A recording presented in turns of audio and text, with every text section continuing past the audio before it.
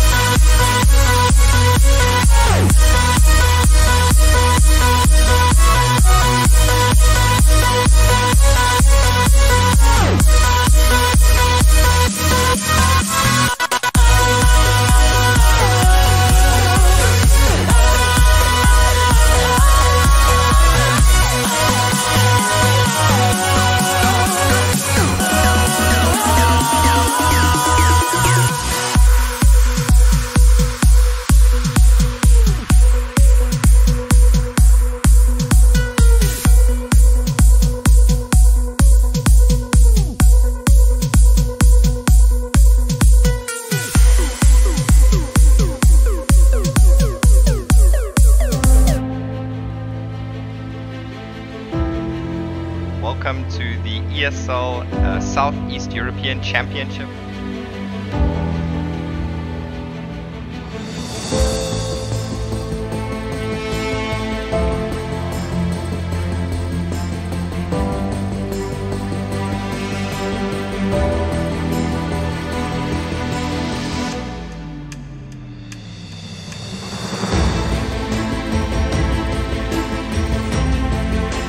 We gotta be honest though. I mean, at this point, it is a chance for Sinners to get. How has he been able to just shift through like that? He's not going to go. He will maybe another ace on the. Oh man! 4 kills, 1 player left. Oh. And the ace.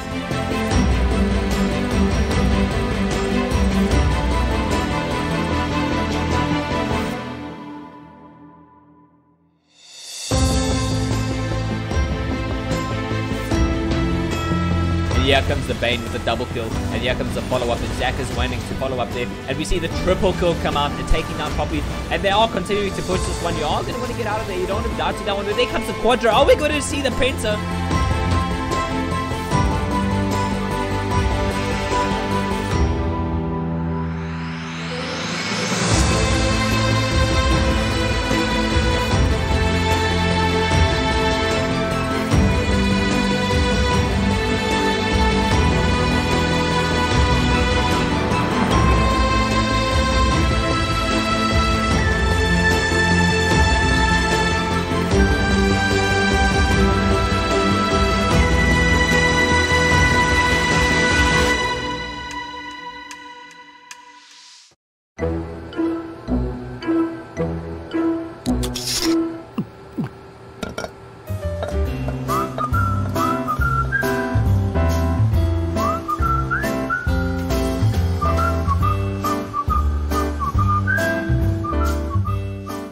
Red Bull gives you wings.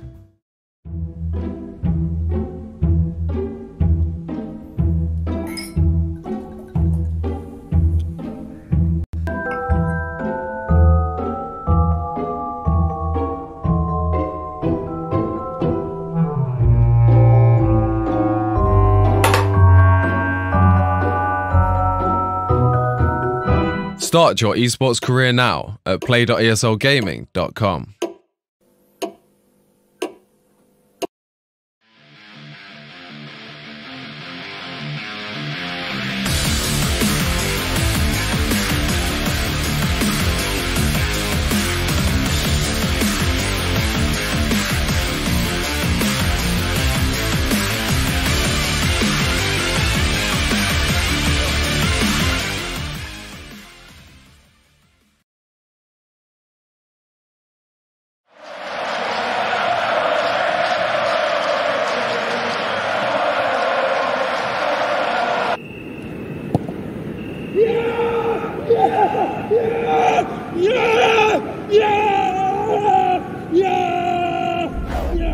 Start your esports career now at play.eslgaming.com.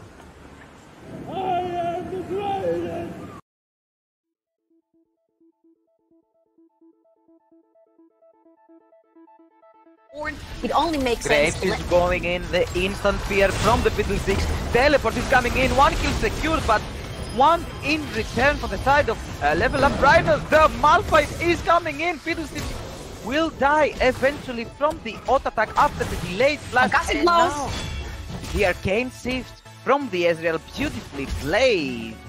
Vladimir is nowhere near. Just forward by the Kai'Sa, forces the flash of the Ornn away, but here comes the call of the Force God, tries to knock up the Taliyah. Taliyah is forced to flash away. 3 men ultimate from the Vladimir, but will die before the comeback of the ultimate. Now Fiddlesticks is fearing the Graves and manages to go away, shut down by this Ignite. Malphite 2 for 2 is the extended trade, but they will lose an inhibitor in the top lane. Here comes the Ryze, try to make some plays near side, invite the Graves. 1 kill by the Ezreal, 2 kills by the Ezreal, but Lucian will grab a kill, shut down into the Ezreal. And look at the Aatrox. They have found themselves a Xin Zhao.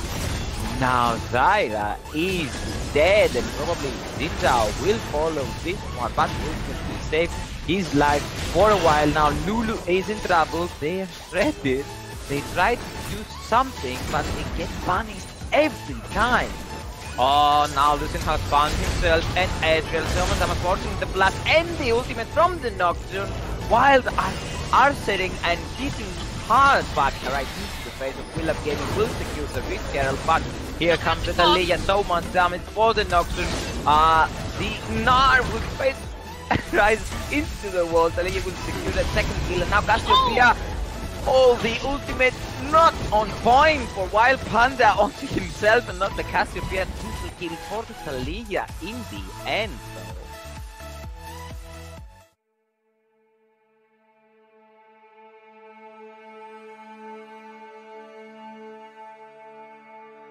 Hello everyone, good evening and welcome to the last day of the ESL Southeast Europe Championship Season 7.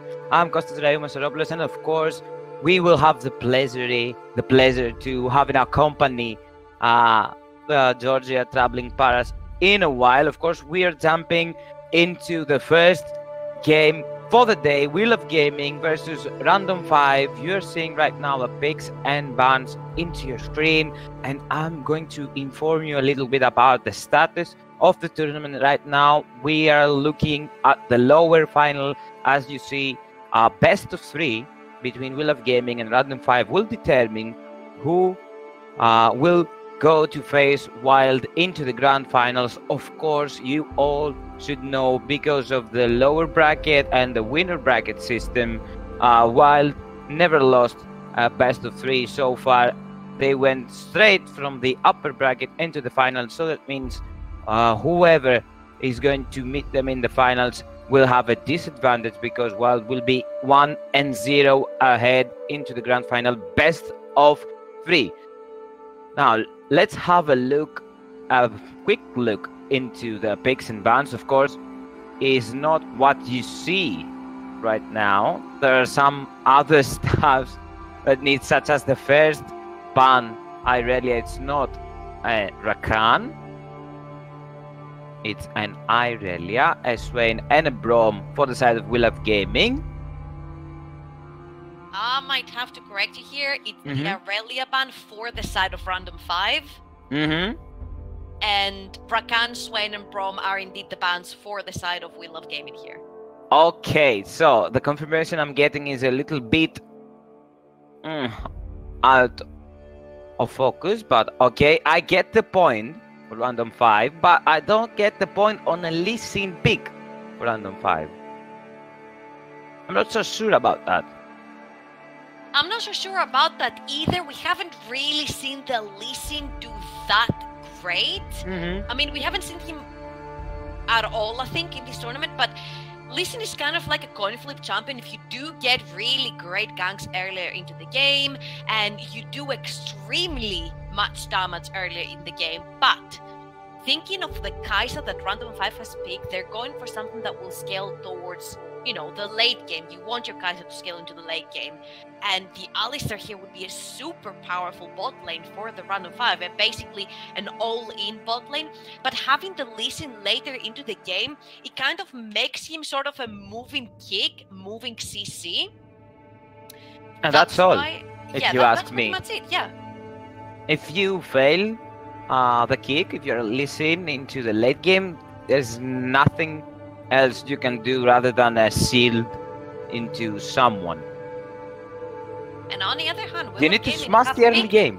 Yeah, on the other hand, Will of Gaming have picked up a very powerful composition with the Nocturne and the Galio. We've seen it work in the LPL and the LCK, also with the Cannon into the top lane. Basically something that can go all in, and the Galio can land in between 3 and 4 and sometimes 5 people to knock up and then get the taunt straight away. So that is very powerful. Although we do see that we are missing the mid laner from Random 5, Will of Gaming just to take Ryze out of the picture. And of course, Urgot, which is a pocket pick for the top laner of Will of Gaming, gets banned, such as the Ezreal as well, which leaves us with the question mark. Is it going to be a Lucian into the bot lane, or are we going to see something crazy this time from Will of Gaming? If I were a guy, I would insta-lock the Lucian as a pick. Because Lucian is an ADC right now that can do so much stuff, especially into team fights with the dashes and all of other stuff that can provide the space for plays into his own team. It's something like this. You need the Lucian, the damage that Lucian has. Of course, you have a kind of a delivery combo, a follow-up from the Fiddlesticks after the Nocturne and the Galio going into a fight, so that practically gives you so much space, and that's the Lucian pick we are talking about. Gives you so much space to dance around. I love fight. When you have an all-in composition, I definitely love the Malzahar. Being able to stop Nocturne dead in his tracks, stop the Fiddlesticks right there. Of course, you need a good shield. Yeah, it is a double-edged knife for both of them, because yes, you have your first shield with Malzahar, like if they dive you underneath your tower, but if you have both Fiddlesticks and Galio and Nocturne diving you underneath your tower, I don't think you have much chance of surviving as Malzahar. You are not very immobile. And here, wow. This composition from Will of Gaming just tells me, let's go all in. Everyone, every single one of us, let's just dive into Random 5. And Random 5 says, you know what? That ain't gonna happen. We're gonna put our mid shields at the front. We're gonna put our Alistar with his ult, our Mundo with his ult. We're gonna let the Lee Sin try to make plays with the kick, throw somebody back into our team. We ult them with the Malzahar, we DPS him with the Kai'Sa, and they make a pick there, and they of course move on from there into the team fights. Pretty interesting composition for both of these teams, if you ask me. But as you mentioned, the Will of Gaming need a go button to all in and engage with the team fight. Now on the other side, Random 5 need that Mundo to scale, to be that beefy tank. You need that Alistar to scale. Of course, you need a great impact from Lee Sin in the early game, because you know, when you have the Nocturne, you know that you can gank, you can have an impact in the early game. It's pretty much standard stuff. With the Lee Sin, you need to create the space. You need to make the plays in the early game to find the enemy jungler, to play your buttons, as we say, in the correct order in order to secure something. So it's a 50-50 for me for Random 5, because if Lee Sin falls behind in the early game, there's no team fight for Random 5. It will be always a 4v5. That's exactly where I wanted to kind of like pinpoint as well. What I want to pinpoint is the fact that with the Lee Sin, it could go exceptionally well if the Lee Sin is really good and knows what they're doing. Of course, we're talking about professional players here, but not everybody professionally is in that level of Lee Sin, you know, and we've talked about this before, how a really good Lee Sin can make a game, and how just a decent Lee Sin doesn't necessarily break the game, but he just doesn't have any influence into the game. So he just kind of goes unnoticed. Nocturne could be trying to find him into his own jungle. I think if the 1v1 breaks, it is very close earlier into the game, but later, if the Nocturne manages to time the Silt properly with the kick of Lee Sin, you really can't kick the Nocturne out of the fight. And right now, Nocturne is an S tier jungler for most regions right now around the world. He is the most blind pick champion, I would say, along with maybe something like a Kai'Sa or Lucian, which is weird since we've been having these weird unconventional bot lanes. ADCs seem to be making their way back into the scene. We do see again into international scenes that the ADCs are very heavily contested right now. The Varus, the Xayah are coming back. We've seen the Ashe coming back, and to be honest, I can't wait to see the Tristana also with the new buff onto the E. It feels like a Siege comp could very well benefit from that buff that she received lately. But of course, let's stick to these two compositions. What do you actually believe? Who do you think has the most advantage earlier into the game? So we mentioned the Lee Sin situation for the side of Random 5. Of course, Will of Gaming have an advantage in the bot lane, if you ask me, because you have the Fiddlesticks and the Lucian. Lucian has a bit more damage into the early game, a kind of a better range, especially against the Kai'Sa. Of course, you have the melee versus range advantage in the bot lane. So you have the poke from the Fiddlesticks, the silence that can spread into the minions and of course hit you more than one time. That means poke from the Lucian. You have the range advantage with the auto attacks from the Fiddlesticks. So that means that Lee Sin needs to be around the bot lane to help Kai'Sa and Alistar to scale. So that practically leaves us with a matchup in the mid lane. That is Malzahar that will push 24/7 towards Galio, and Galio will trying to keep the wave into the middle of the lane, or like to freeze it in the perfect position in front of your turret in order to kind of CS with a bit of an advantage in terms of position, and of course with the Kled in the top lane, pre-6, you have a kind of a killing potential against the Mundo. I think I might disagree with you a little bit into the mid lane. I would say that Galio will have generally a better time pushing out the wave because his mana problems are not as heavy as the Malzahar. He has to lay down the silence, he has to put out his voidlings, he needs to use so much mana to be able to push out the wave, and super early into the game that is very heavily mana consuming for the Malzahar, whilst the Galio has an easier time with his Q and his E to be able to clear the wave, the passive in there that does AoE as well. So in terms of mid lane, I would have liked to see Random 5 go with a very heavy mid-wave clear champion, which kind of helps the Lee Sin as well, because when you have wave cleared and you have priority into the mid lane, then your Lee Sin is kind of, you're unlocking the jungle practically. Exactly. You are actually unlocking the Lee Sin to be able to go everywhere he wants to without actually being all alone into the jungle versus this S tier jungler that we have right now. So I feel like the Malzahar can work, but I think it can work in specific situations, mainly around the Dragon, like when they fight early, when there's no QSSs for the side of Will of Gaming. But talking about Will of Gaming and Random 5, we have just got into the Summoner's Rift, ladies and gentlemen. So we are having our first game of this loser bracket semifinal. Whichever team wins this best of 3 has their golden ticket to join Wild into the grand finals of ESL Sec Season 7, but they're gonna be down 0-1 just because they're coming and they have this disadvantage of the lower bracket. I like the fact that both of these teams are a bit scary going into the early game of the first game. You see no ballsy move, no invades, just protecting their territory. There's spreading into the whole map in all the jungle entrances. So that means that they are going to want to scale a little bit in the early game and then going into the mid lane, try to do something more than a trade in the lane. I'm just very interested to see exactly how bot lane will go, because yes, We Love Gaming have a very pokey lane. They are gonna try to play very aggressive, and you see how defensive Random 5's bot lane goes. They don't get the heal, but they get the exhaust onto the Alistar, which in my opinion is very strong against the Gledon and Nocturne that are going to be diving your team later into the game. But of course, a Fiddlesticks is very highly immobile, so a flash pulverize engage from Alistar I think would be very, very crucial for the side of Random 5, especially if you pull the Lee Sin down there as well.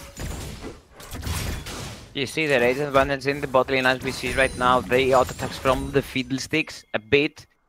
Kai'Sa losing at 20% of the health bar. And again, a Crow into the face of the ADC.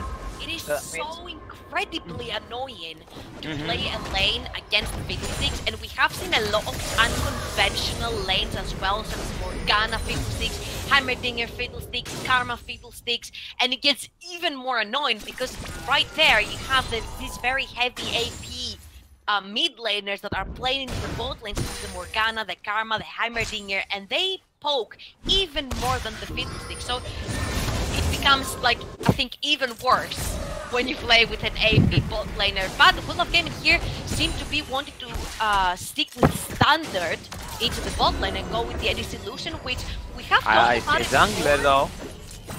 I'm not sure what they can do right there. That's why I'm mentioning this one, because it's not a path that you can use as a Nocturne, especially pre-6. That means that the enemy ADC or the support needs to overstep in the lane in order to land a spear. Rather see that towards the top lane where Kled actually has kill potential onto the Mundo, rather than try to get an Alistar super early into the game. I don't feel like your Fiddlesticks or your Lucian have enough damage to be able to put out onto that Alistar, even without the ultimate. So I would like if I want to see a very aggressive move from the Nocturne, I would have preferred to see it into the top lane. And I just want to see a little bit action from the Lee Sin super early, because that's exactly when he makes a huge impact. He's an early game jungler, he's very strong at it, his Q deals insanely amount of damage. And of course, his Q range has been buffed, the Q can reach further than it could before. And here he goes, we might see action into the top lane. Or not, he's going to use Golems. Nope. Golems are more precious than ganking the top lane. I like the fact that the wave in the middle is just in the mid lane, I mean. Like, both of them are trying to create the space for the junglers. Like, you know how the Galio does have the advantage right here into pushing the Malzahar in? And not only push him, but he can harass him because of the range of the spells of the Malzahar. And here's exactly what he has to do. He has to go back, grab some mana sort of item, and then come back into his lane. Let's see what mana sort of item will Malzahar choose to go for. I mean, I don't think he has enough for a Catalyst. If I would think that he would go for Rod of Ages, no. He's gonna go straight for the Lost Chapter, though. And he has 2 Amplifying Tomes so far. So he is going for that mana regeneration. And of course, the heavily AP poke that Ludenseco is going to provide him into the mid. And now Lee Sin, for the first time, is invading the enemy jungle. I don't know if you want to be invading a Nocturne early into the game, but of course he doesn't have they will meet. To his mid lane. Now he does. And now they will meet, and I think that Nocturne is going to land the fear. The ward jump from the Lee Sin, clever moves.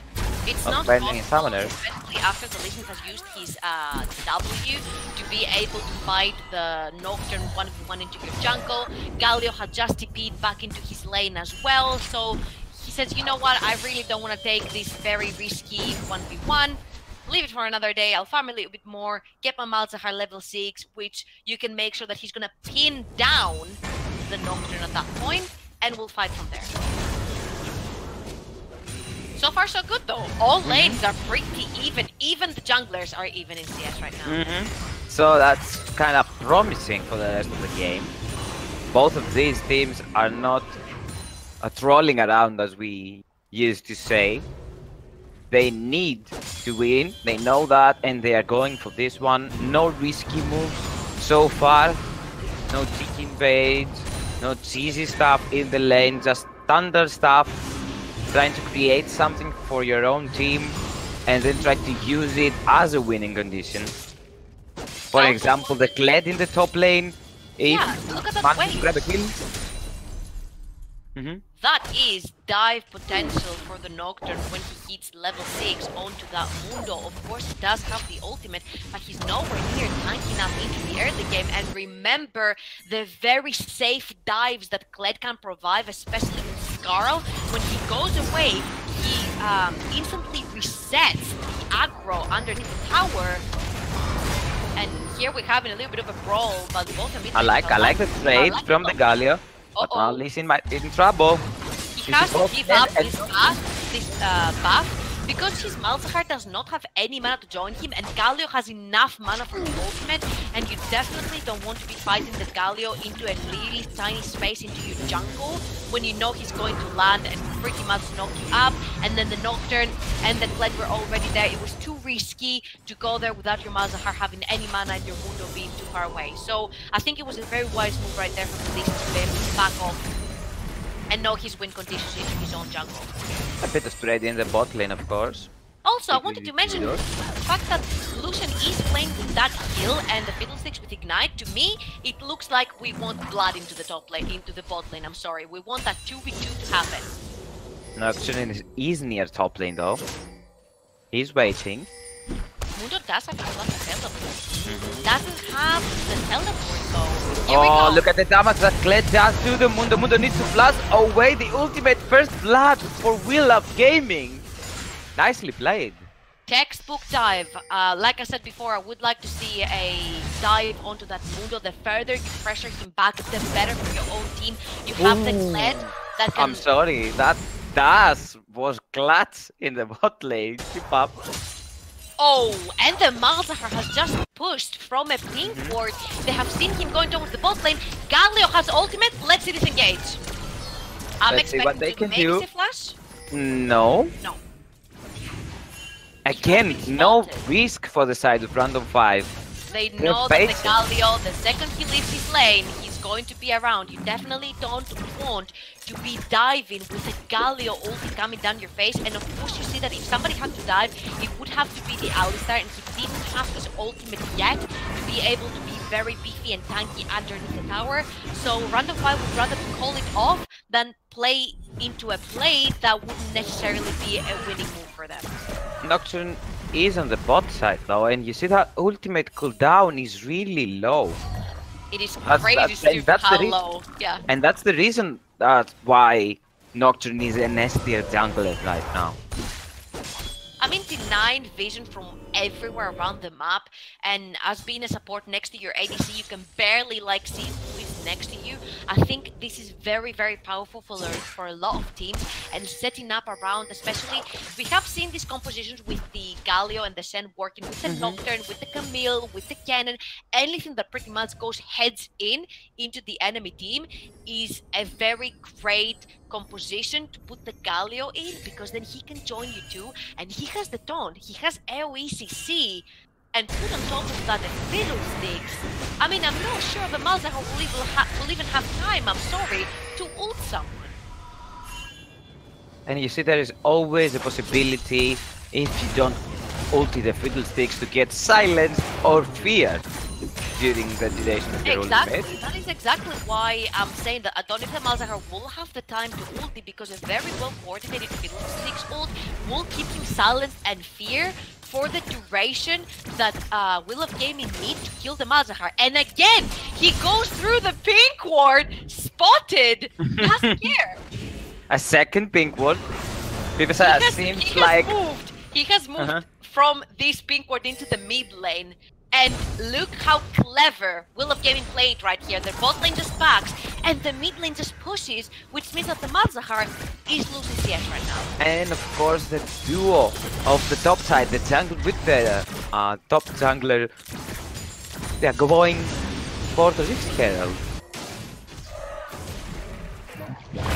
That's a nice move. I'm not sure if Will of Gaming know that Lee Sin is in the bottom side of the map.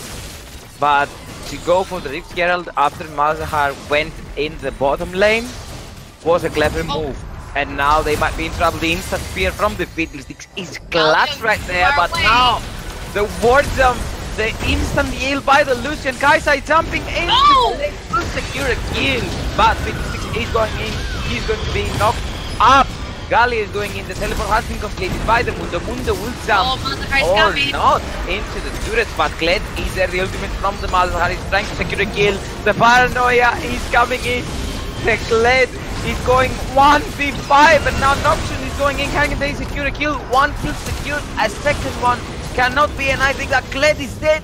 An ace, practically an ace for the side of Random 5. That is an 11-minute ace!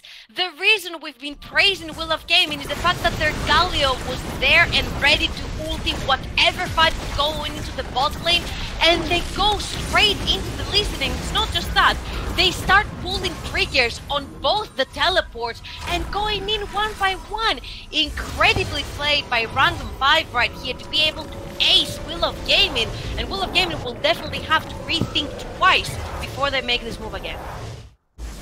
Oh, that fight was not on point for both of these teams though, but Random 5 managed to group up as 5 and wait for the Will of Gaming engage, because you see, as you mentioned during the picks and bans, Will of Gaming have 4 ways to engage into a fight, so that means that Random 5 need to kite away those engages and then re-engage into a fight. But Lee Sin being in the bot lane, the kick, the Lucian dead, and then Kaisa survives, was textbook for Random 5. It was what exactly they needed there to survive the fight and grab 5 kills. I mean, you said it yourself, the fact that Lee Sin doesn't really have any other lane to play towards. Like, healing the Kled is not really rational because he has his passive right there with Skarl. Into the mid lane, get towards that Galio. It's not really rational. He's not gonna die. He has his Rod of Ages. He's really strong, but look where he is again. Oh, here comes the Alistar into the face of the Lucian. Lucian is dead from the Kaisa, and that's not difficult for Random 5. Difficult played, but the Rift Herald has been activated in the bottom lane. Will trade the turret, and the turret more for Random 5 in the top lane. That is extremely textbook by Random 5. Nocturne is going into the face. Oh, that Malzahar is more than dead. Into the face of the Malzahar, and nicely played for We have to mention here that the second that you show yourself all alone anywhere near that the Nocturne can ult, teleport, you bet that that Nocturne is going to ult. And the flank from the Alistar, right for the Fiddlesticks, but the Kled ultimate will grab the Alistar. One dead. Fiddlesticks is charging into the fight. Lee Sin is dead, and now Mundo has to run away. And you see the pace of the game has been accelerated so much. And that is a mistake that Will of Gaming just did into the bot lane. They went in one by one, and here Random 5, by their own choice, they choose to flank a 3v5. Oh, we have so much brawl happening, but I don't know if that's a good choice from the Galio right here. Could he go underneath the tower? Really low, but it's a Galio, will survive, especially against the Mundo. Will of Gaming getting rid of that Cloud Drake as well, one to their name, and let's see what else is going to spawn. Because if there's an Infernal or a Mountain, it really benefits both teams. But because Will of Gaming have the early mid-game composition, they definitely want to be grabbing these Infernals and this Mountain. They definitely want to take the lead earlier into the game, which they don't. So props to Random 5 for being able to shut them down early and get a 1,000 gold lead, which it pretty much is nothing at this point in the game. Like 50 minutes into the game, 1,000 gold lead can turn around. You saw it yourself right here as well. But it's still something that Will of Gaming have not taken a huge advantage so far. And I want to ask you a kind of a really important thing right now. What's the win condition for Will of Gaming, and what's the win condition for Random 5 if they want to play around in terms of a carry, for example, of both of these teams? Oh, I think this is pretty much a non-brainer here from the side of Random 5. They want to rely on that Kaisa They want her to have at least 3 items, get that Nashor's Tooth right there with the Wraith Blade, get the Death Cap right there, which I think that a Banshees could benefit her as well because of the Galio, because of all these spells coming in, the Fiddlesticks and everything. Even a Zhonya's could benefit the Kai'Sa at this point. Keep her alive, make sure that your Mundo or your Alistar are at this certain point of the game where they can tank all the damage that Will of Gaming are going to throw at them, and let your Kai'Sa dance around the enemy team. Keep her away from the Fiddlesticks, make sure you destroy the Fiddlesticks super early into the game, leave the Malzahar ultimate into your team whenever he dives, and for the side of Will of Gaming, I think their win condition is pretty much everywhere. The ultimate from Malzahar though, the engage from the Fiddlesticks, the Paranoia is going down, but no one pulls the trigger so far. I think no one pulls the trigger because everybody backs off the second Paranoia gets pulled, because they know that Fiddlesticks could potentially be coming in as well, which he actually was. Great warding for random 5. Crucial ultimates down though for Will of Gaming, 2 ultimates that they usually engage with, and 1 for Malzahar. That's why they've sent him into the top lane. He's not working in the team fight anymore. Here comes the Kled. Kled is charging in with the ultimate, but Fiddlesticks has no ultimate. Nocturne is trying to flank. The ward jump won't be enough for the Legion, and now Kai'Sa is on the wrong side of the fight because we'll grab a shutdown, but we'll give a shutdown to Kled also. And tell me a bit about that trade between these 2 teams. I feel like Kai'Sa's move was a really great move right there, because if I'm right, I think he might have grabbed the shutdown as well onto the Nocturne, so it is worth it to grab in, but you give a huge shutdown yourself as well, which if I'm right, it went towards the Kled, and that Kled could literally run down your whole team. And I'm just gonna jump into Will of Gaming's recondition. They have an extremely good late game ADC in the hands of Lucian, same as the Kai'Sa, very strong late game, very good at this late game team fights. He can't put out the crit build, he already has the Blade of the Ruin King, which is crucial at his build. And then of course you have the Nocturne who pulls the Paranoia, and the whole Summoner's Rift goes black. And the Galio being able to use the knockup. I think the win conditions from Will of Gaming right now is this Galio getting the correct taunt, and then Kled and Lucian running them. I want to talk a little bit about the goal difference between these 2 teams. You see, it's practically 0. They're even. Yep. The only difference between them is that Random 5 has 1 more turret, Will of Gaming, and Will of Gaming has 1 more Drake, Random 5. But well, as you mentioned, the key... The difference went to 2k when this skirmish into the bot lane went on, and we had the ace for Random 5 as well. But with the fight that happened after that, we see that Will of Gaming started to close the gap, and we see that they kind of like grabbed every single objective on the map that was available. They grabbed the early ocean, they say okay, it's an ocean, but we can have it in our pocket. The Drake is a Drake, the Elder Drake comes out, and they do grab the Rift Herald as well, which gave them the bot lane tower, and now they have their eye onto that Malzahar into the top lane, who is all alone at this point, and Paranoia is available. I like the flank for Will of Gaming, and I think that this Malzahar is a bit doomed. Oh boy. But you need to make that guy work for you. The Fiddlesticks is going in the instant here. The silence will go down, and Mundo, he has completed the teleport just tries to flash.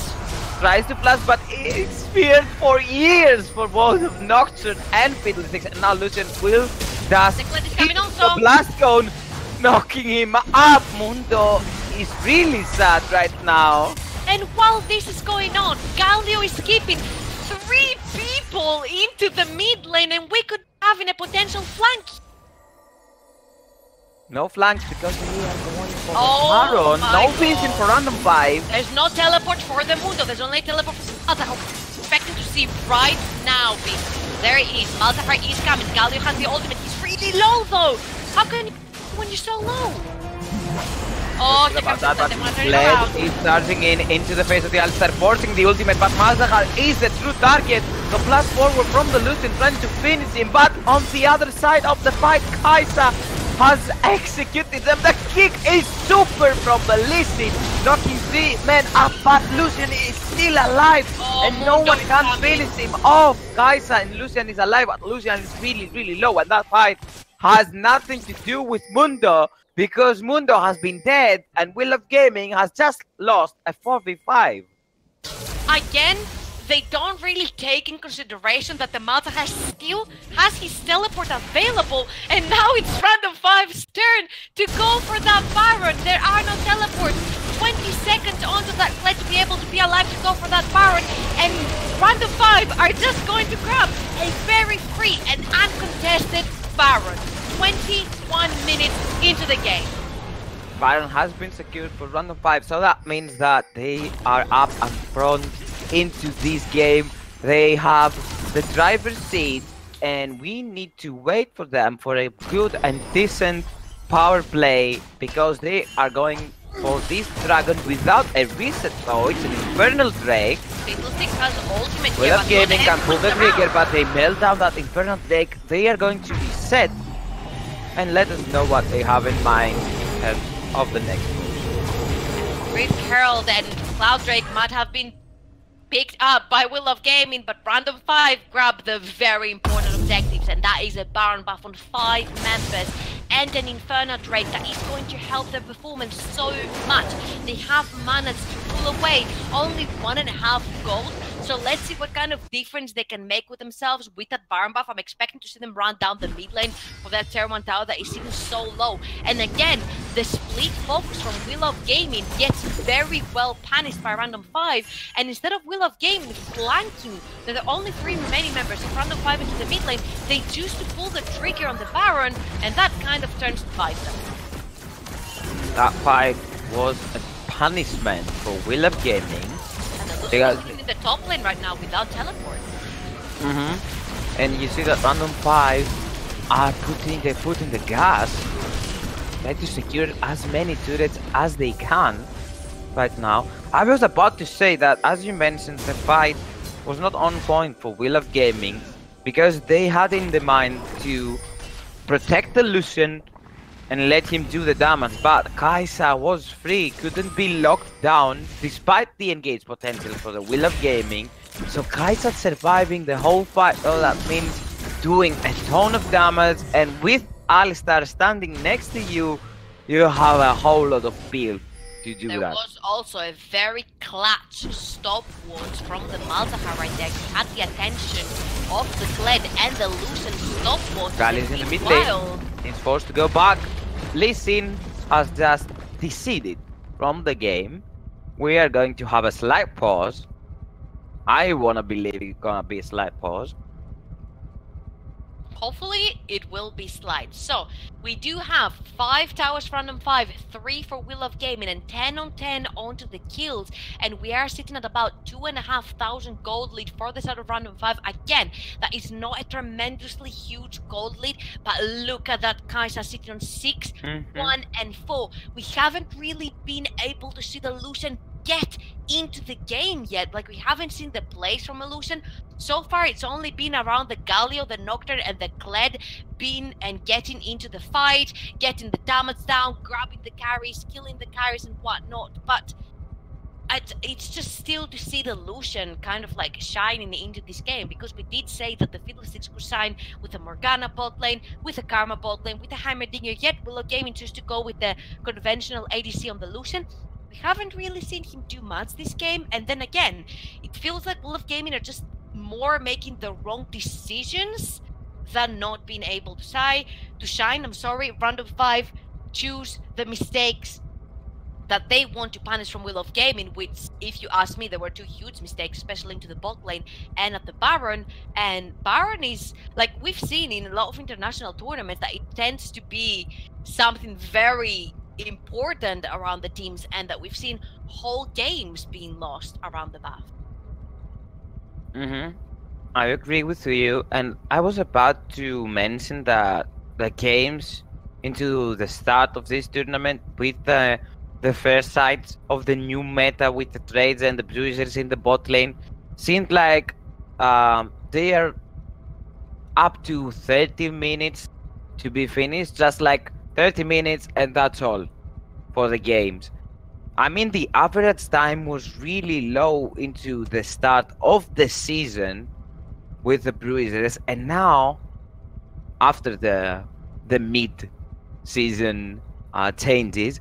And now you see the meta is drifting again, and the games, especially in the big competitive scene, such as the LCS or the LCK, are getting longer.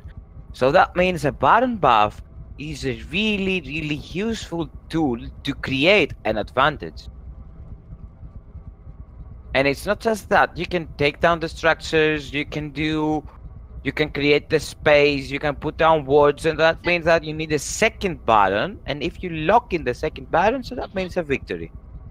Baron doesn't, like you said, doesn't necessarily mean just towers. By Random 5 right here, they have both Tier 1 and Tier 2 in the bot lane and the mid lane, and look how black the map looks for We Love Gaming. They need to invest into going all together into this jungle, and you definitely don't want to be running into a Malzahar and Alistar, a Lee Sin that could kick you back. It gives a lot of vision, which makes, like you said, the second Baron even harder for We Love Gaming to contest. Like, they need to have killed a couple of members from Random 5 for the second Baron to be uncontested for the side of We Love Gaming. You definitely don't want to be face checking against a team with so much CC and so many heavy tanks.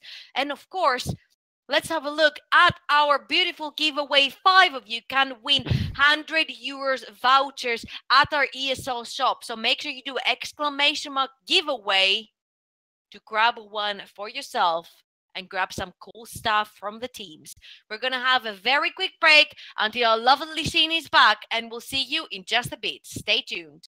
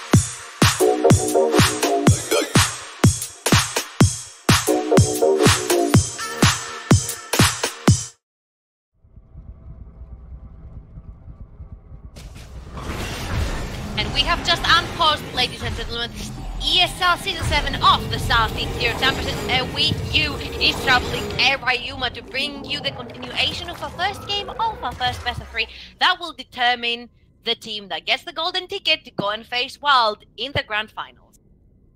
And of course we get greeted by a slight freeze of the client. I was holding my breath for the client to unfreeze, let's say. So, let's look at the goal difference between these two teams.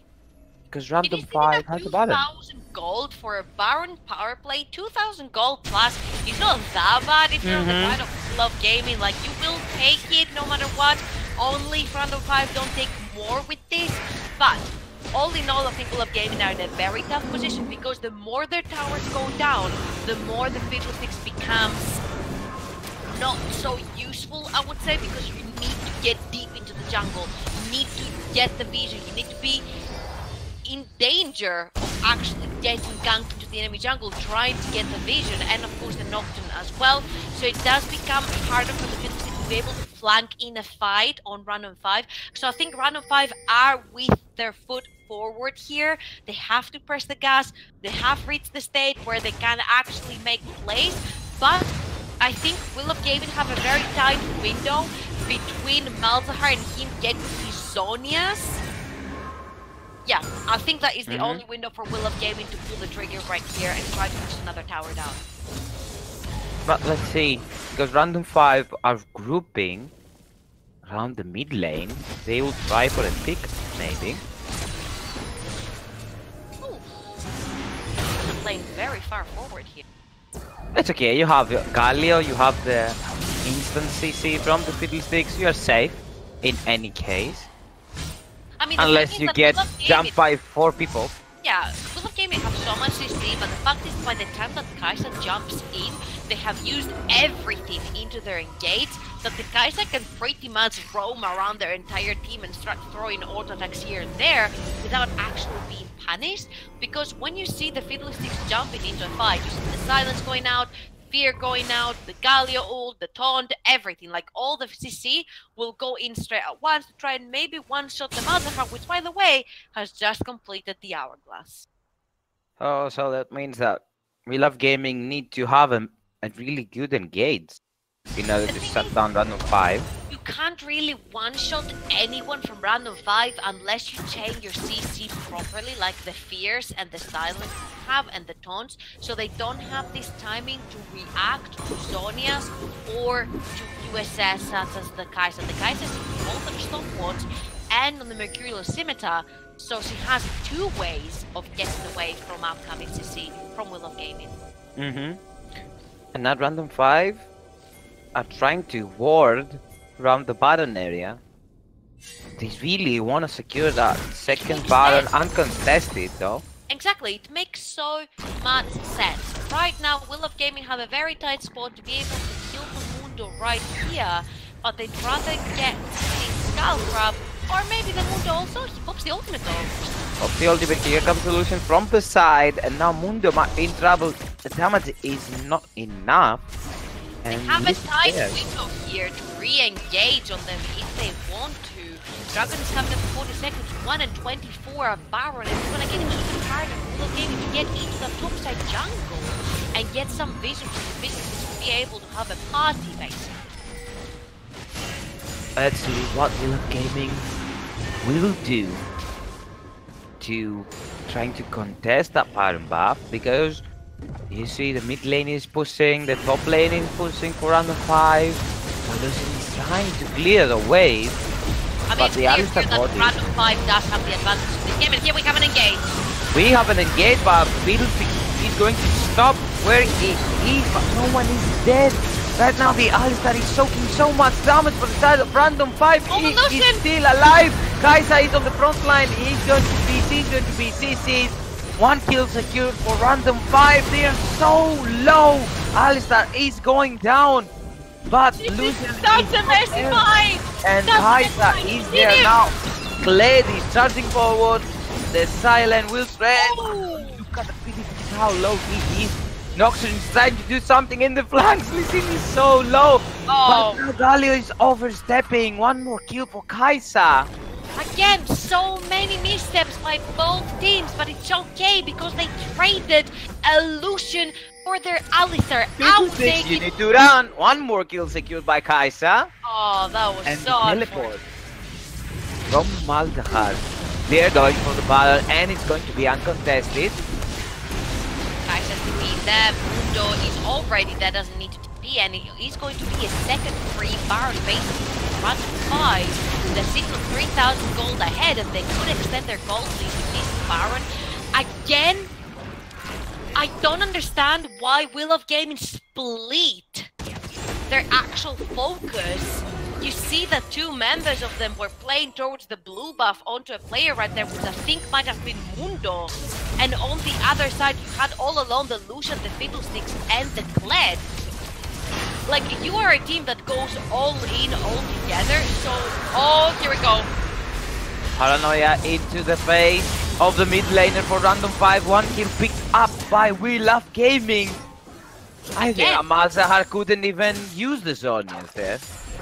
Malzahar has done this twice now. He feels he is safe because they have the Baron to push all alone into the mid lane. That is not the case. This Nocturne has more motives, has Duskblade. He will one-shot you if you're not careful. And of course, he had the help from his friends right there. But let's see this one. Kled is going in. Oh, he's going way too far in. Oh, that's way too deep. So just stepping back after the ultimate. And We Love Gaming are stalling Random 5s right now. I don't know how much you are stalling when you're 4,500 gold in deficit right here. But they have balance. The Galio, yeah, you do see the Galio starting to build a little bit more defensive here. The Spirit starts coming out because they have the Malzahar and the Kai'Sa who built in AP. And like I said, there is the Zhonya's Hourglass coming out from the 9, 1, and 4. Super strong ADC. Well, APC, I say, on the Kai'Sa and the Mercurial Scimitar. I don't think it's very easy to pinpoint that one down. Malzahar is grabbing the blue buff though. That means We Love Gaming can pull the trigger. And so far I've seen the Lee Sin kicks work great. They don't really need to play aggressive because they don't really have the engage apart from the Alistar. But they're playing with the Lee Sin kick so lovely that all he has to do is kick the Galio out when he's trying to taunt. Random 5 are ready to knock on the front door of We Love Gaming with a Barbappa, who is going to step forward to auto-attack that turret. Calling is gonna be called right there just to clear the way, but guess what? There's another one coming and the Baron buff still stands on 4 members of Random 5 if I'm not wrong. So they're coming back with vengeance here. And of course there's a huge wave in the bottom lane. For Random 5, they can use that, and that's why Kled is going for the flank though. I thought in the beginning that Kled was going into the bottom lane to try and stop that wave, but he was looking for the flank. So now Random 5, as you see, can go for the bottom lane as soon as they have the Baron buff. I was about to mention that Random 5, as you said before, choose what to punish, what mistakes to punish for the Will of Gaming, the split focus in the team fight, and of course Random 5 is a team that plays really well. A good macro decision, and here comes the flank for the Kled, but Kled is too deep into 4 people now. Here comes the Nocturne and the Galio. Kai'Sa is free hitting again into this fight. Keep your eyes on Kai'Sa because one kill will be picked up. Kai'Sa is still alive on the side. One more kill will be secured. One more for the Kai'Sa. Mundo is doing huge work. Fiddlesticks is the last one standing. Can he defend this one? I don't think so. Mundo and Alistar can just tank the towers until eternity. I think this is definitely going to be the game for Random 5. Second next tower is going to be going down very shortly. I don't think the Fiddlesticks has a reply for this one. They are going to focus the next itself, and Random 5 are 1-0 up. They won the golden ticket to the grand finals, and they're going to try to get it. Stay tuned because this best of 3 has just started.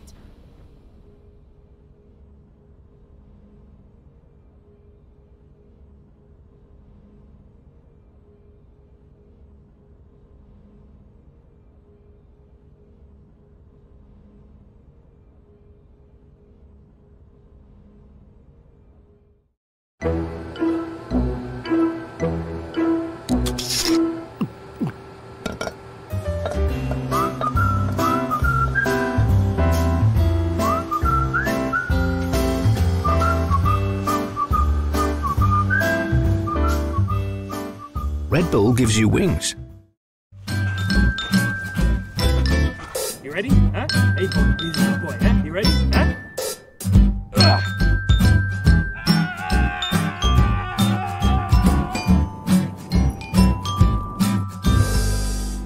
Start your esports career now at play.eslgaming.com.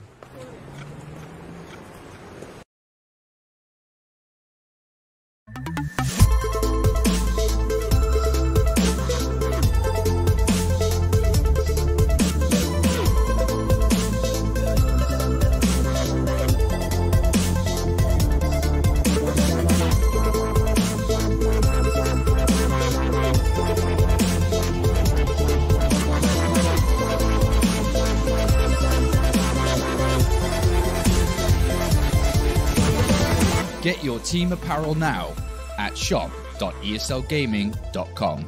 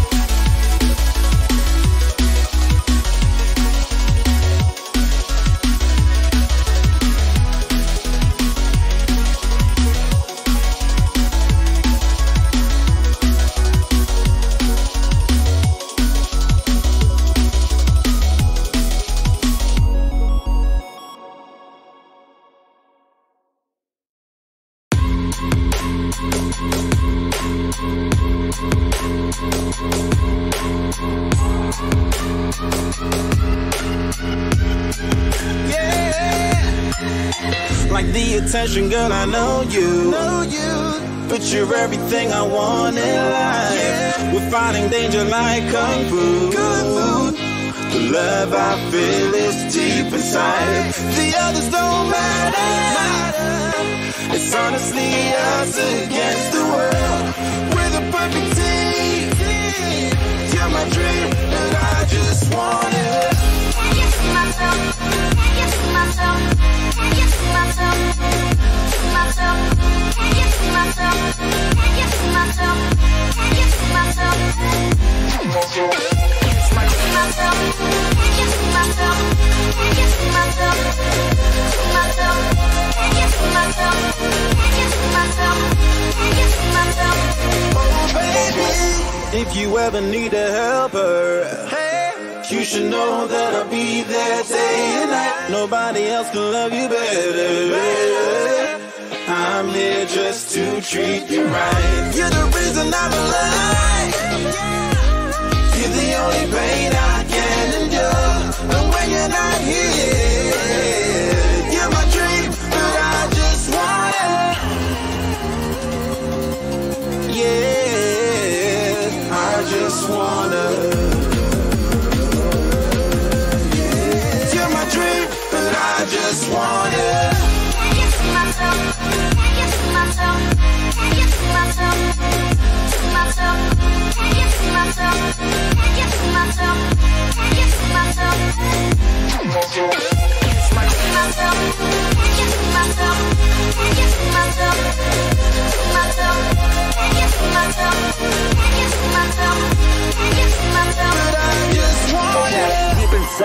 from the start. You my bunny, I'm your Clark. From now to eternity, I give you all my heart. We are meant to be, it's clear to see. My love is bigger than I thought. I got everything I want when I hold you with my arms. The others don't matter, my love and my pleasure, the key to my treasure. Whatever's the weather, day up and out with you till I die. How many times for you I'ma try? Want you to notice the one and I know this perfect soulmate. I wanna show it my best friend. She took my life, my happy end in hard times.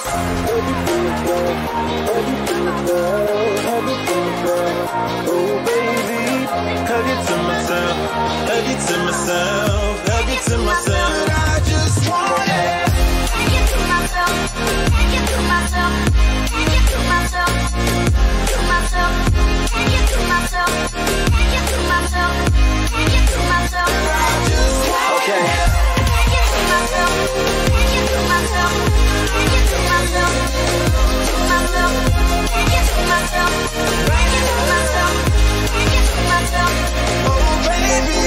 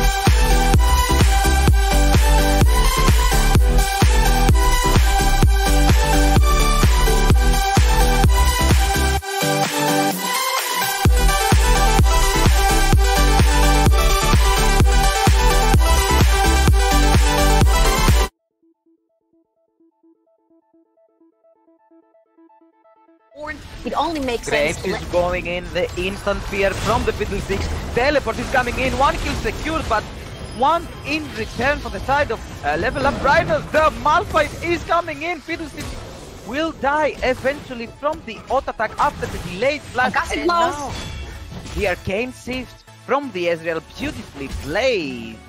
Vladimir is nowhere near. Just forward by the Kai'Sa, forces the flash of the Ornn away, but here comes the call of the Force God, tries to knock up the Taliyah. Taliyah is forced to flash away. 3 men ultimate from the Vladimir, but will die before the comeback of the ultimate. Now Fiddlesticks is fearing the Graves and manages to go away, shut down by this Ignite. Malphite 2 for 2 is the extended trade, but they will lose their inhibitors in the top lane. Here comes the Ryze, try to make some plays near side, invite the Graves.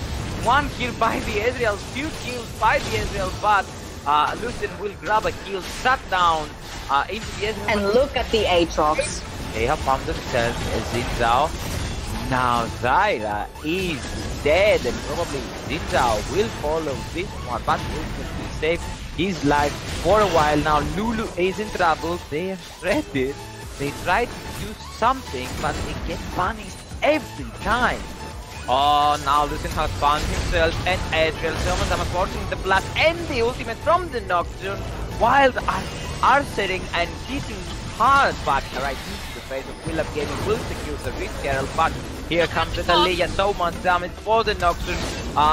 The Gnar will face rise into the wall. Thalia will secure that second kill, and now Cassiopeia. Oh, the ultimate not on point for Wild Panda onto himself and not the Cassiopeia. Triple kill for the Thalia in the end.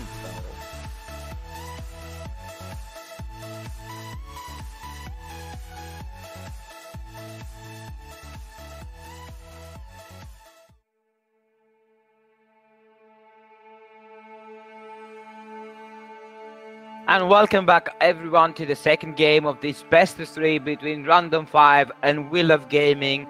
We are currently on the lower final of the ESL Southeast Europe Championship Season 7.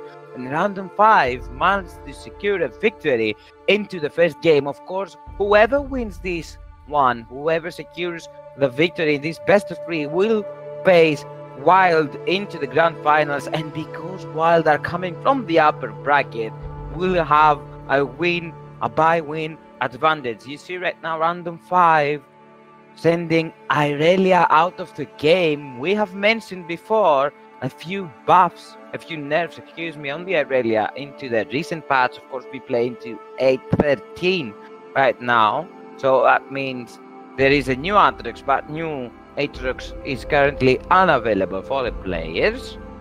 Cassiopeia is going out because it's a standard pick for the mid laner of Will of Gaming, a signature pick for the Punisher. Will of Gaming will just send out what will be the second ban after the Rakan. It's going to be Kai'Sa probably for Will of Gaming. You don't want Kai'Sa from the last game to step again into the Rift. It was impossible for Will of Gaming's current position to lock down that ADC, free fighting, free hitting in all that fights, doing so much damage. And Random 5 will send out also the Darius right now. We see that Darius is a pretty frequently chosen pick in the competitive scene. All teams seems to prefer, and especially into the ESL Southeast Europe Championship, we have seen a lot of blind picking Darius, especially into the first rotation, but Random 5 do not want to pick stepping into that best of 3. Of course, Will of Gaming will send out the Rise, and the first pick for Random 5 is going to be 10 seconds remaining. They take their time. That's really surprising that the Kai'Sa is banned right here. Swain as a first pick. That's interesting. Swain is another one of these blind picks that you can really take, and then you're like, does he go mid? Does he go top? Does he go into the bot lane, such as the ADC role, but then with ability power? So it's kind of like an all-arounder. The only place you don't play Swain is in the jungle lately. So you can literally... Exactly, you can literally mind game the draft. I'm expecting Will of Gaming here, since I see the Braum, like, the obvious thing says go with the Lucian again, but then again, the Lucian didn't do so great into the previous game, so... But he gets locked in yet again. Lucian is going to be locked in, and that duo in the bot lane for Will of Gaming seems like a real threat. Seems like a real threat indeed, especially against Swain. Like when you play Swain, Vladimir, and all that stuff into the bot lane, it's usually very scary to play against somebody who has engaged, as the Brahms, as the Alistar, maybe the Fiddlesticks from a bush. But of course, Random 5 here do have the answer, and they lock in the Morgana, which I'm expecting it to go into the bot lane with the Swain. I mean, it would make the most sense. I'm expecting Morgana to either go into the bot lane as the ADC role. Listen again? That's unexpected. I mean, before it made sense, because you see the Nocturne, you see the Galio, yeah. So you're expecting into the last game, but... Here it's a blind pick. It's a Lee Sin blind pick, the first thing, and the second thing is that Lee Sin didn't win the game for Random 5. It was the ADC and the appeal that the ADC had into the first game. I mean, like, the early game was a pretty 50-50 and a little bit in favor of We Love Gaming before they do that great mistake, that extended 5v5 team fight in the bottom lane, the first minutes of the game, 11 minutes in the game, that gave Random 5 the opportunity to use Kai'Sa as a winning condition. On what you said, I'm going to say though that the Lee Sin was the guy who gave Kai'Sa her first kills. The Lee Sin was the one who initiated the fight, the skirmish, the brawl that we saw into the bot lane that ended up with Random 5 acing Will of Gaming and getting the Kai'Sa super far ahead. So yes, he was a little bit, you know, unseen into the early game, unseen into the late game, but he wasn't really needed anymore. All he was needed therefore was to kick the Galio out so he doesn't get these huge taunts. And Fiddlesticks expand from the side of Will of Gaming here. That's not unexpected, if you ask me, because Fiddlesticks gave the bot lane of Random 5 a hard time, and now Random 5 could use that pick to make the bottom lane. Yeah. You see, you can send the Swain in the mid lane or in the top lane. You have a Morgana Fiddlesticks in the bottom lane. It's gonna be messy for Will of Gaming. You're gonna be getting perma-pushed underneath your tower, perma-poked, then you are into a little bit of a fear of you getting died. You have the Lee Sin coming in with the kick, you have the Morgana with the bind. If the bind lands, she can jump in, she will have the stopwatch by then. You know, a lot of things can happen if you get pushed. But so can with sort of the Swain. Swain can push a lane as well, Morgana can help with the pull. We'll see how the Braum Lucian ends up doing. I like the pick of Yasuo though for We Love Gaming, but Nidalee is an unexpected choice. But okay, Nidalee is a decent early game jungler, can do a lot of stuff in the early game. You can poke from a distance, you can invade easily. But that matchup, Lee Sin against Nidalee, it's like from the past, if you ask me. Like a few patches before, a few meta changes before we had Lee Sin versus Nidalee into the jungle, and especially I remember the matchup into the LCK with Peanut in the Nidalee, having a Lee Sin against him. So it's like a historical matchup, if you ask me. Historical matchup, but if you see here, that's pretty much what we have. I mean, we have the Lee Sin insta-lock blind pick, and then you're like, okay, then if you're gonna move to a tier 2, tier 3 jungler, why not pick Nidalee against it that actually beats it, you know? The Poppy choice is really interesting for the side of Random 5 because you kind of stop a lot of engaged tools, and there's an Aatrox.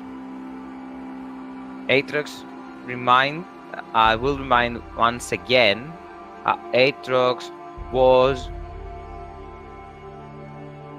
Okay, Aatrox is... Aatrox is? Wait a second. I think Aatrox is available or not? Yeah, I think that Aatrox is definitely available and he is going to be getting locked in, but we are very soon going to go on a very short commercial break, so we're going to break down the picks and bans phase exactly when we come back, so stay tuned and we'll be there in no time.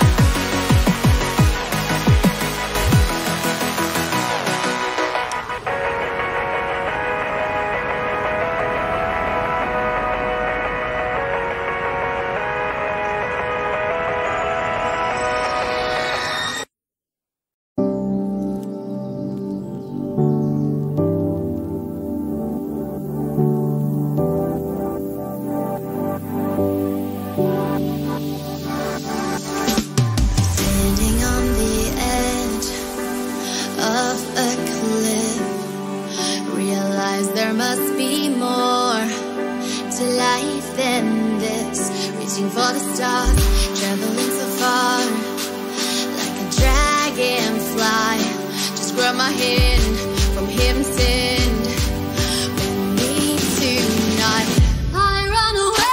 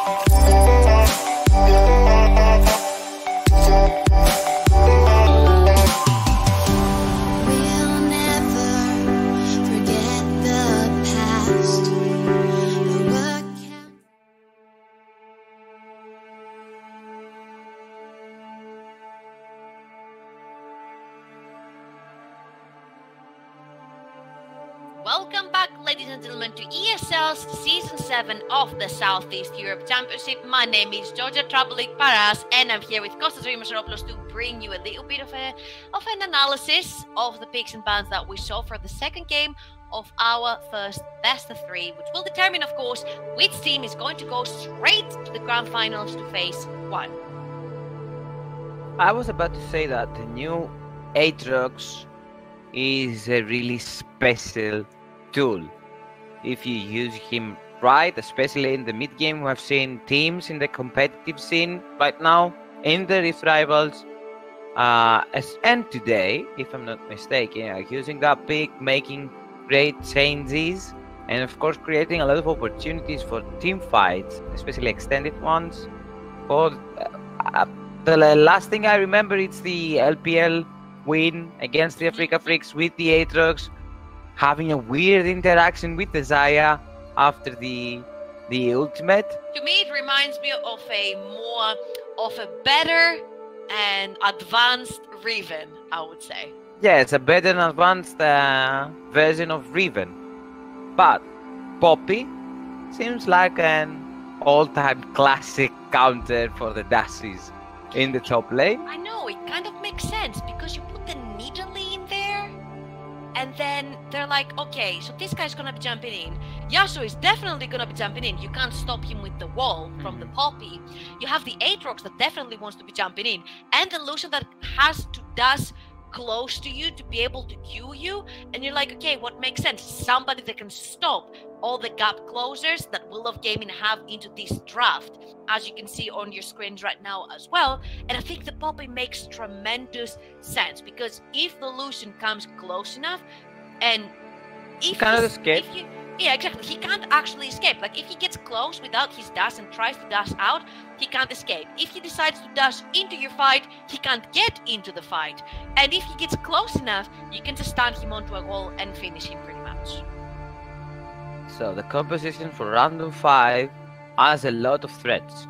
As a Swain, as a threat that can blow up a target with the correct order of your skills. There's always a LeBlanc, that's a threat. She can go in from a flank, for example, and blow up one of your targets, such as the Yasuo, one of your carries, such as the Yasuo and the Lucian. Morgana with the Black Shield can create something, can be used to have a CC immunity, and of course, as we mentioned, there is the Poppy. Now, on the other side, Will of Gaming have a decent composition in order to burn down a target. Another all-in team from the side of Will of Gaming. I mean, the second and knock-up lands, whether it's from the Aatrox, the Yasuo himself, or the Ornn, you will instantly see the spear landing because the person is stunned into place when they get knocked up. You will see the spear landing, which means instantly the Nidalee and the Yasuo would be diving in. But of course, ladies and gentlemen, we are going to dive straight into Summoner's Rift to see if all the talk we've had so far had any sense and if the two teams are going to play like we said.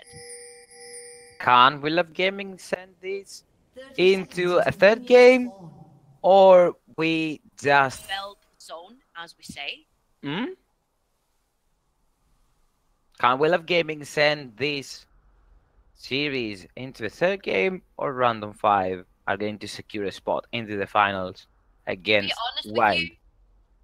We do have a maximum of 5 games today, so I would love to see all 5 if possible.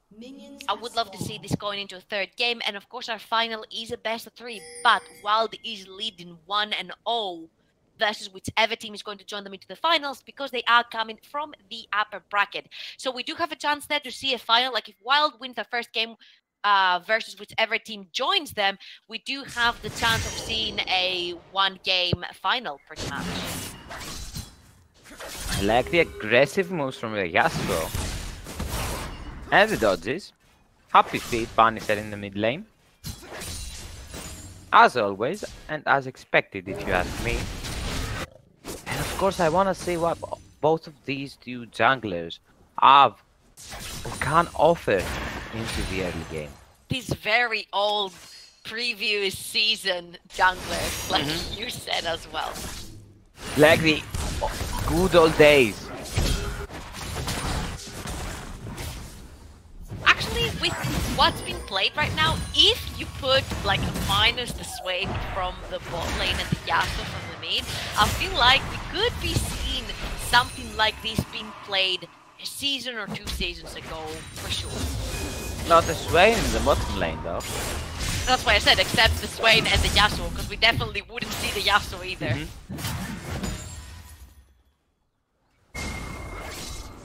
These days it's so fun, nothing actually gets you surprised anymore. You're expected to see everything, like, to the point where Heimerdinger has become quote-unquote meta. Like, casters don't actually get surprised to see anything anymore. Pretty much everything is available. All the champions could be picked in this game right now with the way it's been played. So I'm not surprised to see the Swain in the bot, or the Poppy coming back to the top lane, or the Yasuo. Now Lucian might be in trouble though. The CC will land. Not enough damage though to finish that kill. But Lucian needs to be really careful in the bot lane with the chain from the knockback of Swain and then the snare from Morgana. This is why the Swain bot lane is so strong right now, because there are so many supports that follow the CC. Like an Alistar Swain could be very strong, a Fiddlestick Swain, a Morgana Swain that we see right now. Anything that has to offer CC and can follow up the sweep, let's say, from the Swain is very, very strong. And here we see that both the CC landed, and this could potentially later in the game be an all-in, but we have already an all-in. Now Lucian was in trouble. Lucian is in the bottom lane, roamed up for the Nidalee. And loses his flash. I think this is very crucial for when he reaches level 6 to be able to have his flash for a flash kick sort of play. He has lost it now, so good invade right there, and you see that the Braum follows straight away the Nidalee. And I think that Poppy is a little bit in trouble with the Aatrox, because Aatrox does a lot of damage, as Sway does though. Look at the Lucian. With the combo is like 50% almost, and Swain has no damage item so far. And imagine when both him and the Morgana get some items done, and you add the Lucian right there into the bot lane. Well, Gaming could potentially be in a lot of trouble. But of course, don't forget that the Swain and Morgana lane are a very immobile lane. And yes, the concussive blows could not proc if you are timing it very well onto the Morgana, but there are a bunch of other stuff that could land, such as the knock-up from the Braum, and then the Yasuo following up with the Nidalee. And the spear. And the spear, exactly. From a distance. Now Lucian might be in trouble. Forced to flash away. TP back the lane just to burn your flash. Interesting Weird stuff. stuff right there. Lucian is a very slippery and very mobile champion, and being able to dodge the pull back with your E is, I think, of big importance for the Lucian. Poppy's struggling underneath her own tower though. Poppy's really low, but Lee Sin is near to cover up if it's necessary. Look at the difference right now in CS for every single lane. Will of Gaming is about 1,000 gold ahead because all of their lanes are ahead in CS. About 10 gold ahead, 20 gold ahead for the bot lane, and already a Hex Stringer for the Yasuo. Clever move right there, because you're not just facing the LeBlanc, you're also facing Swain, Morgana into the bot lane. That's a triple AP damage that's gonna be coming your way, and the Poppy doesn't really do much AD damage. The Lee Sin, yes, he will do some AD damage, but that's super early to the game, and we have the first Engage kill. from the bottom lane. I think Swain is more than dead. Lucian will lock the first kill of the game. I'm not sure how Swain dropped right there.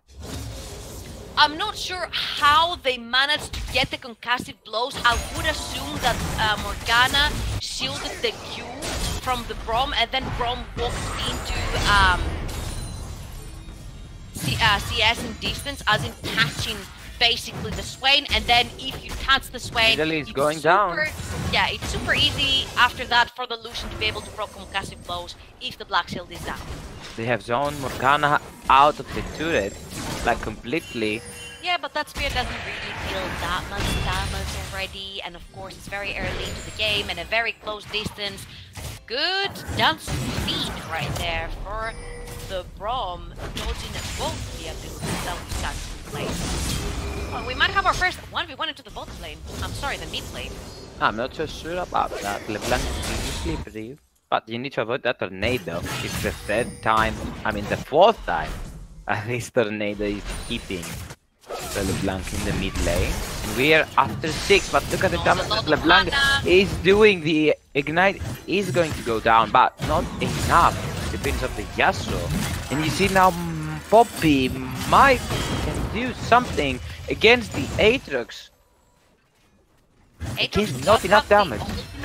And because it is the first time we see him, just to remind everybody that's watching, the new ultimate of Aatrox acts kind of like, well, not kind of, acts exactly like his passive before the rework.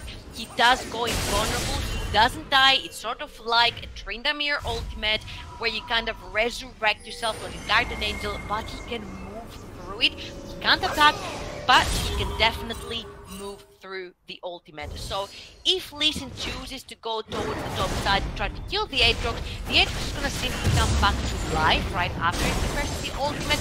And remember that they need to keep track of the Nidalee, because if you force the Aatrox underneath his tower and he pops the ultimate, then you are a bit vulnerable if you're on 5 to the Nidalee counter gank. Again, not an active early game. Lucian will dodge, forcing the flash from the Morgana away, and Swain. That is a flashless bot lane for Random 5. I would love to see Will of Gaming pulling the trigger here, because they need to win this game to take it into game 3. They have to pull the trigger and get a dive going. This bot lane is still level 5, whilst Will of Gaming's bot lane is level 6. But very wisely, the Lee Sin is already heading to the bot side. A huge wave could possibly do much damage to the turret though. And remember, Random 5 Snowball started from that Lee Sin gank in the bot lane, so we could potentially see it again.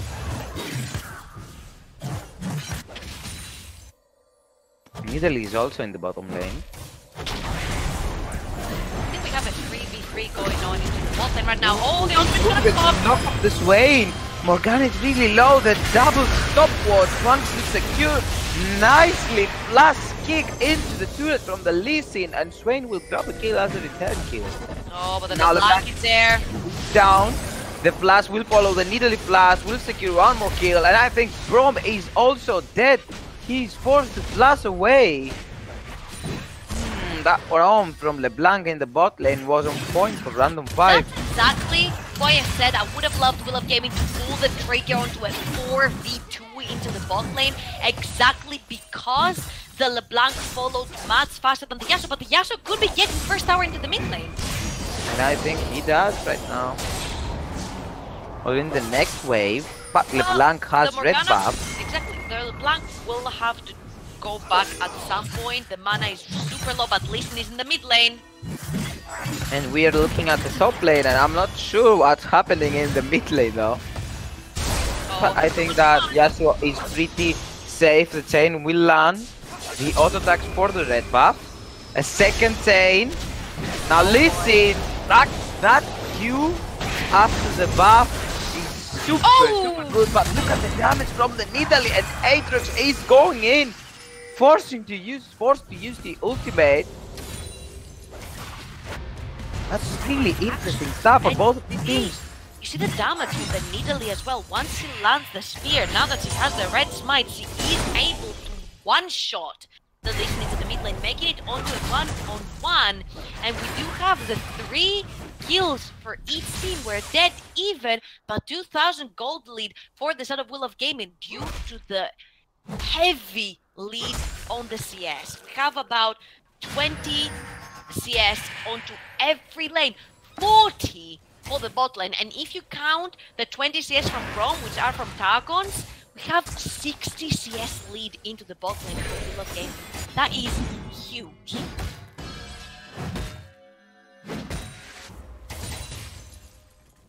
Random 5 have a lot of work to do if they want to create something like an advantage. Then of course Will of Gaming needs to keep doing the exact same thing that they are doing now. They will grab the first turret gold in the mid lane. Oh boy, this is Bobby the top lane. The Aatrox has no ultimate. The kick beautifully played by the Lee Sin. By the Lee Sin, but look at this here. The ultimate from the Yasuo 1v1, and LeBlanc is trying to walk away. LeBlanc is literally. What are you doing? Why'd you go back? Prediction from the Yasuo to know exactly what time the LeBlanc would go back onto her shadow. Beautiful stuff right there. And that's not only 2 towers full of gaming, it's maybe more kills. Lee Sin is walking in just to be killed, and now we're trying to do something as well away from the Yasuo. Here comes the Lucian. Will of Gaming are ignoring the turret right now. Oh Just boy. Really low. Oh boy. I think, yeah. That down, but Will of Gaming will secure another turret in the mid lane. Here, 2 towers, 30 minutes into the mid lane is super important. They're 5,000 gold ahead. 30 minutes into the game, you can see what the difference it made for the mid laner of Will of Gaming to play a more aggressive mid laner into the mid lane. It was a little bit of a confusing situation to the previous one. Nocturne would engage on one side, Galio ulti would go onto the other. It felt like the players were miscommunicating the whole time. Now that every single one of them is in an aggressive lane, it feels like they know better what to do. And Random 5, without any specific jungle intervention for Will of Gaming, have fallen behind on every single lane.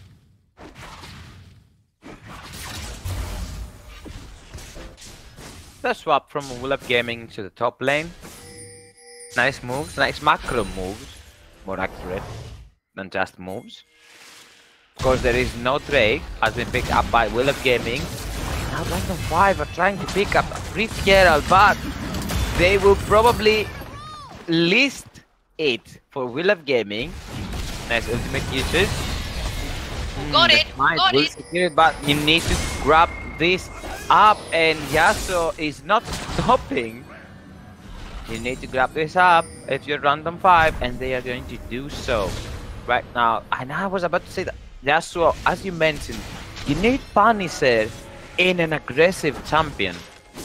You need him in a champion that can do stuff, that can create space for his own team by pressuring down a lane and the enemy opponent, or dropping the pressure. And now one more beautiful play by the Lee Sin. Lucian is trying to kite away, but it's not enough. I think that both of them are dead. The flash is all over the place, but Brom will secure a kill, and now they're chasing the needle. It's a flash Q from the Morgana. It's beautiful, but I can't finish the kill. Morgana will finish the kill. Aatrox has just arrived. I was about to say that. Look at this one from the Swain. Can he do more than enough? Look at the damage. Look at the heal swing so low. Poppy so low. Aatrox will secure a kill. And Brom will go for the next one. What is going on? That was a huge mistake from We Love Gaming to die over there. And they managed to turn it around with this huge Aatrox. And you can see how dangerous this champion can be. We haven't seen him so far into the tournament after the rework. But even before and now after the rework, now he's more stupid than before. This champion could literally 1v3 right there. I'm not sure. In all seriousness, though, We Love Gaming made a huge mistake right there to underestimating the power that this Lee Sin kick has. Because once you land the Lee Sin kick, you can definitely land the Swain pullback as well. And that's what sort of got the Lucian right there dead. The Poppy was able to flank, stun him onto the tower. You don't really have a heal, you don't have a QSS, you don't have anything to get out of the stun. And Nidalee going or trying to go back in, it was then super easy for the Morgana to flash forward and bind from literally 1 millimeter distance. They managed to grab 2 kills, and then the Aatrox shows up and wreaking havoc into the top lane. This champion is very, very strong in this meta, but I want to pinpoint something. We see that in picks and bans, we see 2 bans towards Punisher. We see the Cassiopeia and the Irelia ban. Now, if you have to add a Yasuo ban as well, you are leaving way too many things open. So if Irelia is going to be summoned in the mid lane, the chain will land, but Poppy will not pull the trigger. Probably not alone in the mid lane though. Full charge from this Carol. Great stuff right here from Random 5 to be able to use the Aatrox is near. That almost landed, and the flash forward by the Aatrox for the Poppy. There's no more We Love Gaming are chasing. The Q will land the flash from the Poppy. That ultimate barely misses from the Brom. But now you see Yasuo is on the other side, and Random 5 will survive. And everyone is still alive, no matter how many flashes were used right there. Everyone is still alive for both of the teams.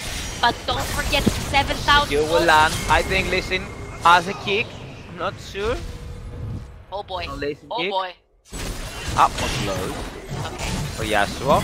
I was about to say that it's still a 7,000 gold lead for We Love Gaming. So for a Lee Sin to try to beat this Yasuo that's sitting on 3 and 280 CS, I think maybe he's overestimating how much damage he can put up, especially since he doesn't have the kick as well.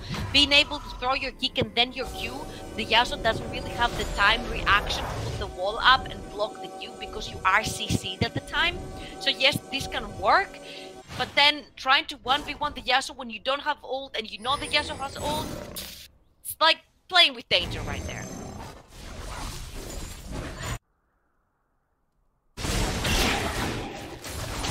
Been playing this game for way too long, and it's only been 19 minutes into the game.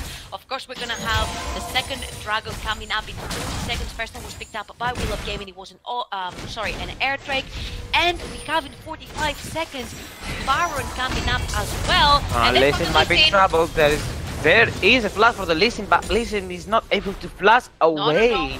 There's no flash available onto this Lee Sin yet. He's still on a slight cooldown. The only thing he can do is jump on a ward. Even with the concussive blows wouldn't be enough. I mean, like, We Love Gaming should have secured a kill, and they did so.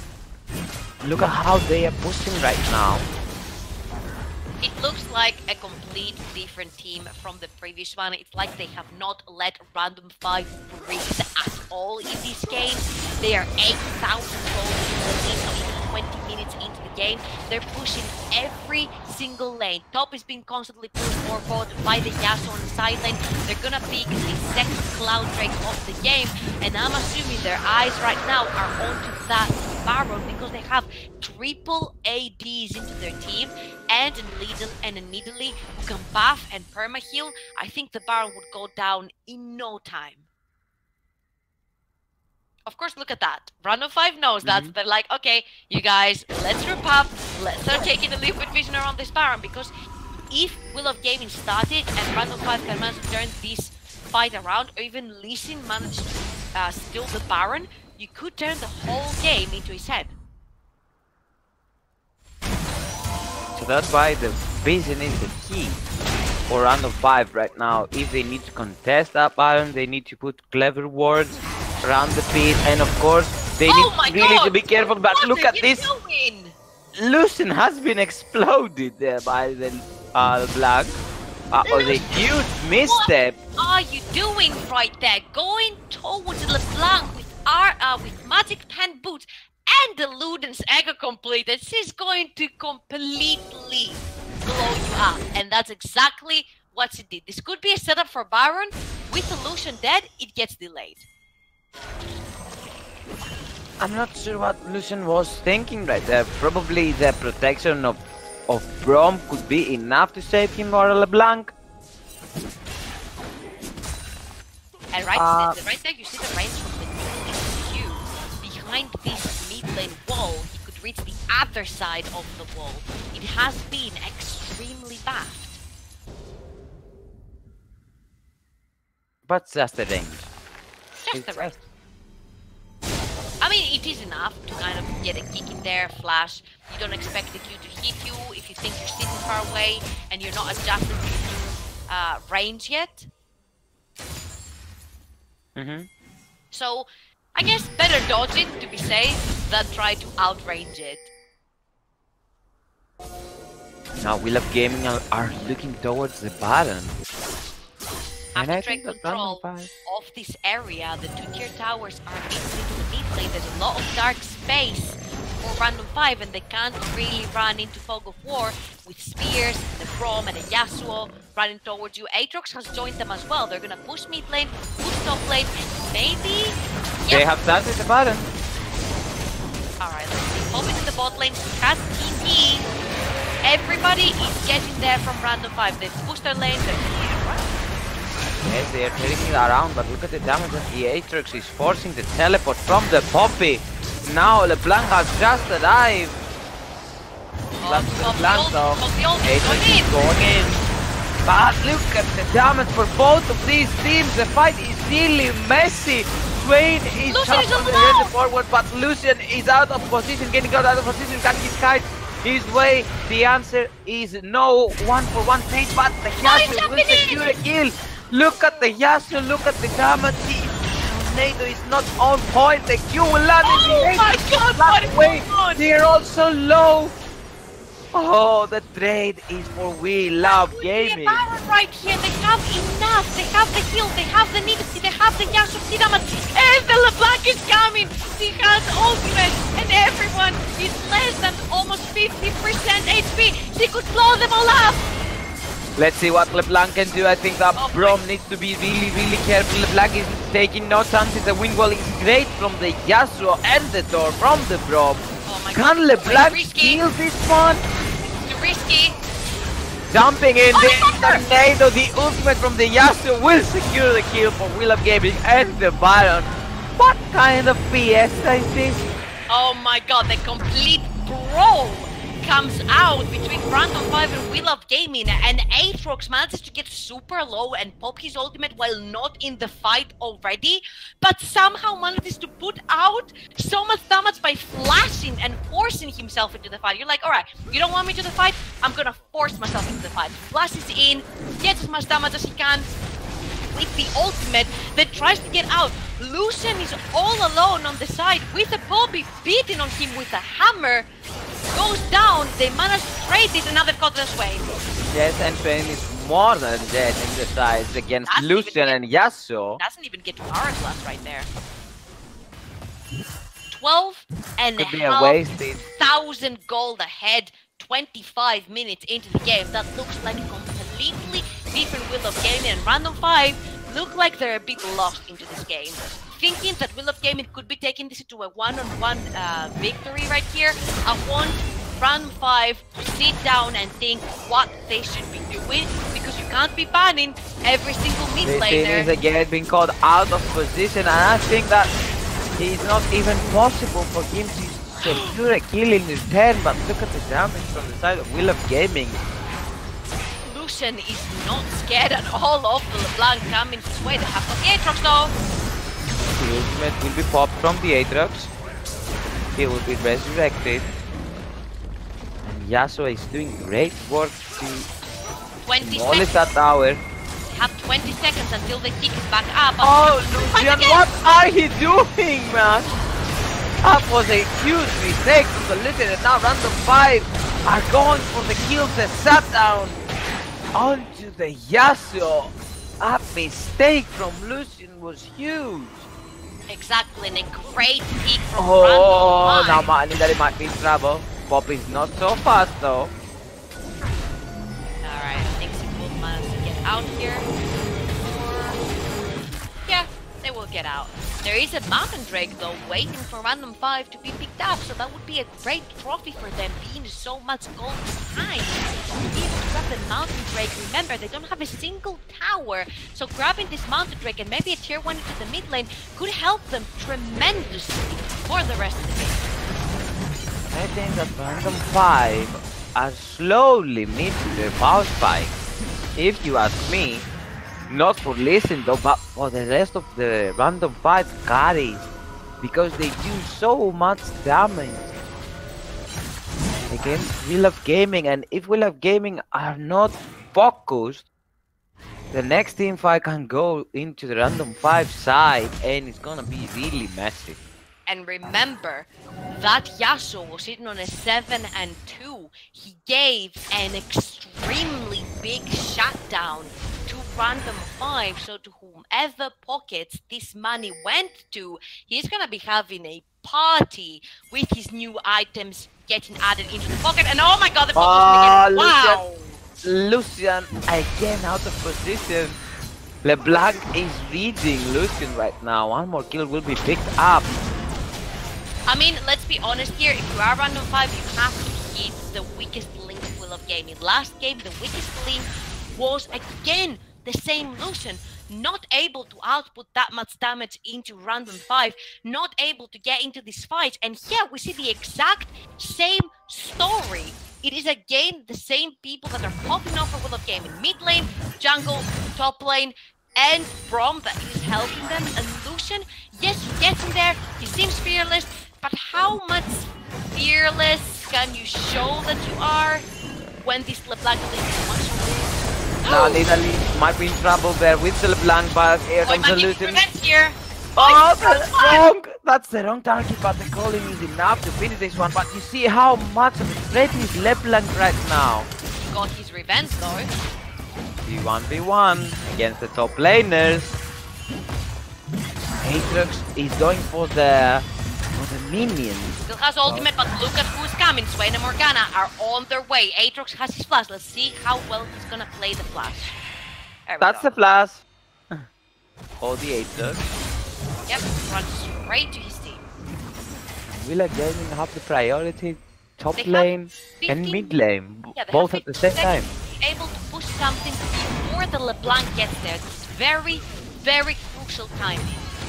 But they decide to reset. Back up and reset, yeah. Oh, that LeBlanc damage is insane. You see the top lane, 3 people collapsed on LeBlanc and almost secured the kill into the middle lane. And wait a minute, that is a 2-item LeBlanc. When the Death Cup gets added in there, when the Orb gets added in there, when the Void stuff that is most likely going for right now gets added in there, she's gonna have to just Q and ult and you will be completely disappeared from the map.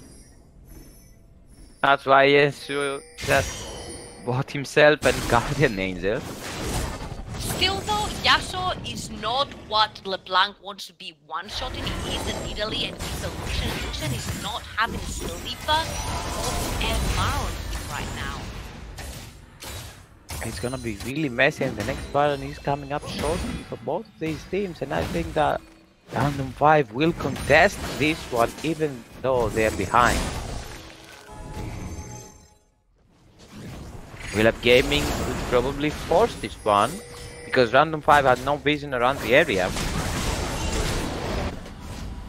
They need to walk up to put some wards, and the only one can do that is a bit safer than the rest of them is LeBlanc right now, just to throw in a ward and then go back, but you cannot just afford to waste your food. But now Morgana might be in trouble. Poppy is charging the hammer, throwing away the enemy jungler, but Poppy is dead, and Lucian is flashing forward for that Morgana double kill for the Lucian, and I think LeBlanc might be also in trouble. 3 kills picked up for Will Up Gaming.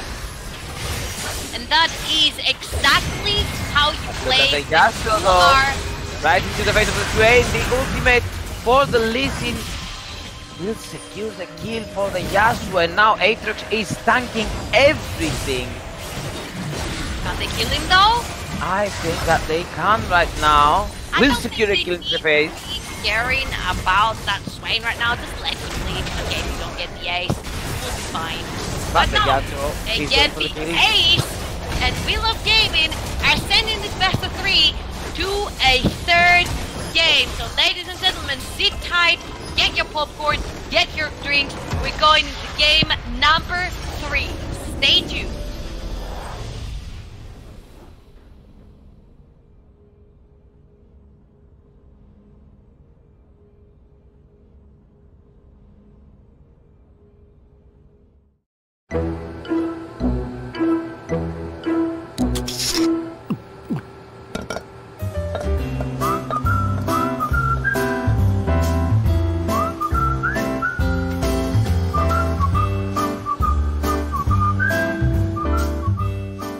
Red Bull gives you wings.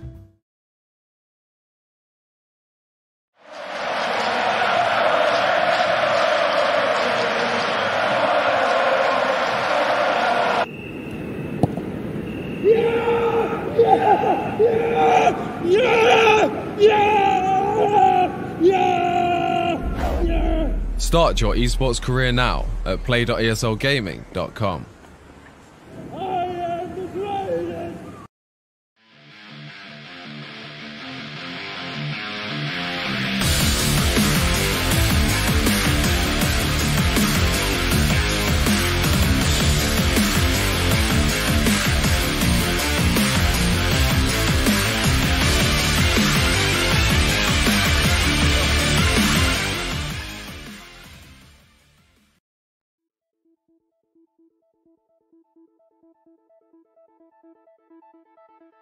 It only makes Graves sense. is going in, the instant fear from the Fiddlesticks. Teleport is coming in, 1 kill secured, but 1 in return for the side of Level Up Rhinos. The Malphite is coming in. Fiddlesticks will die eventually from the auto attack after the delayed flash. And now the Arcane Shift from the Ezreal, beautifully played.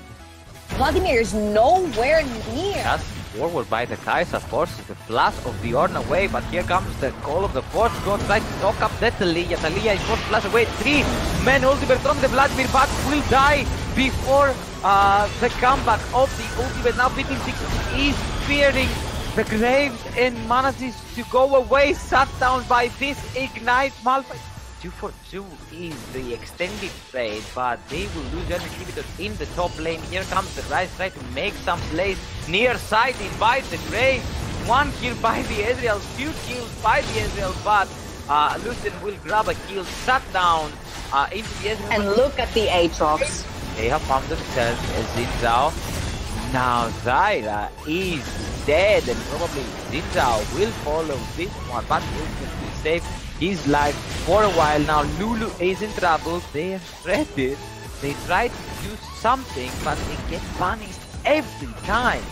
Oh, now Lucian has found himself and Ezreal. Someone forcing the blast and the ultimate from the Nocturne.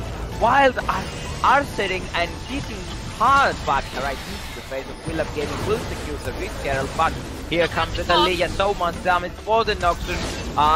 The Gnar will face rise into the wall. Thalia will secure that second kill, and now Cassiopeia. Oh, the ultimate not on point for Wild Panda onto himself, and not the Cassiopeia. Triple kill for the Thalia in the end. We'll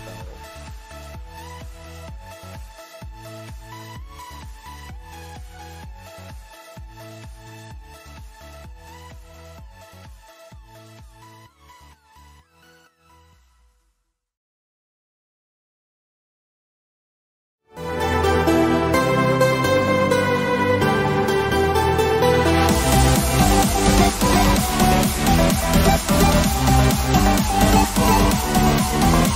right back.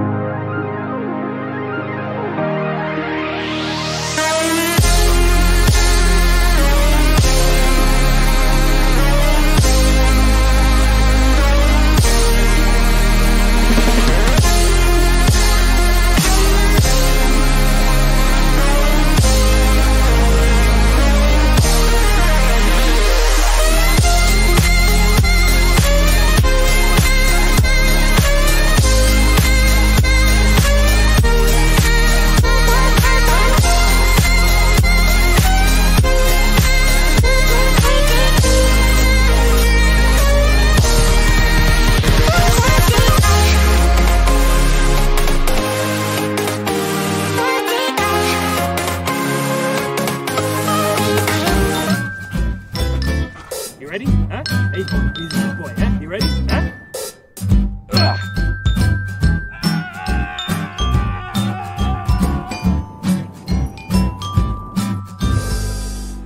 Start your esports career now at play.eslgaming.com.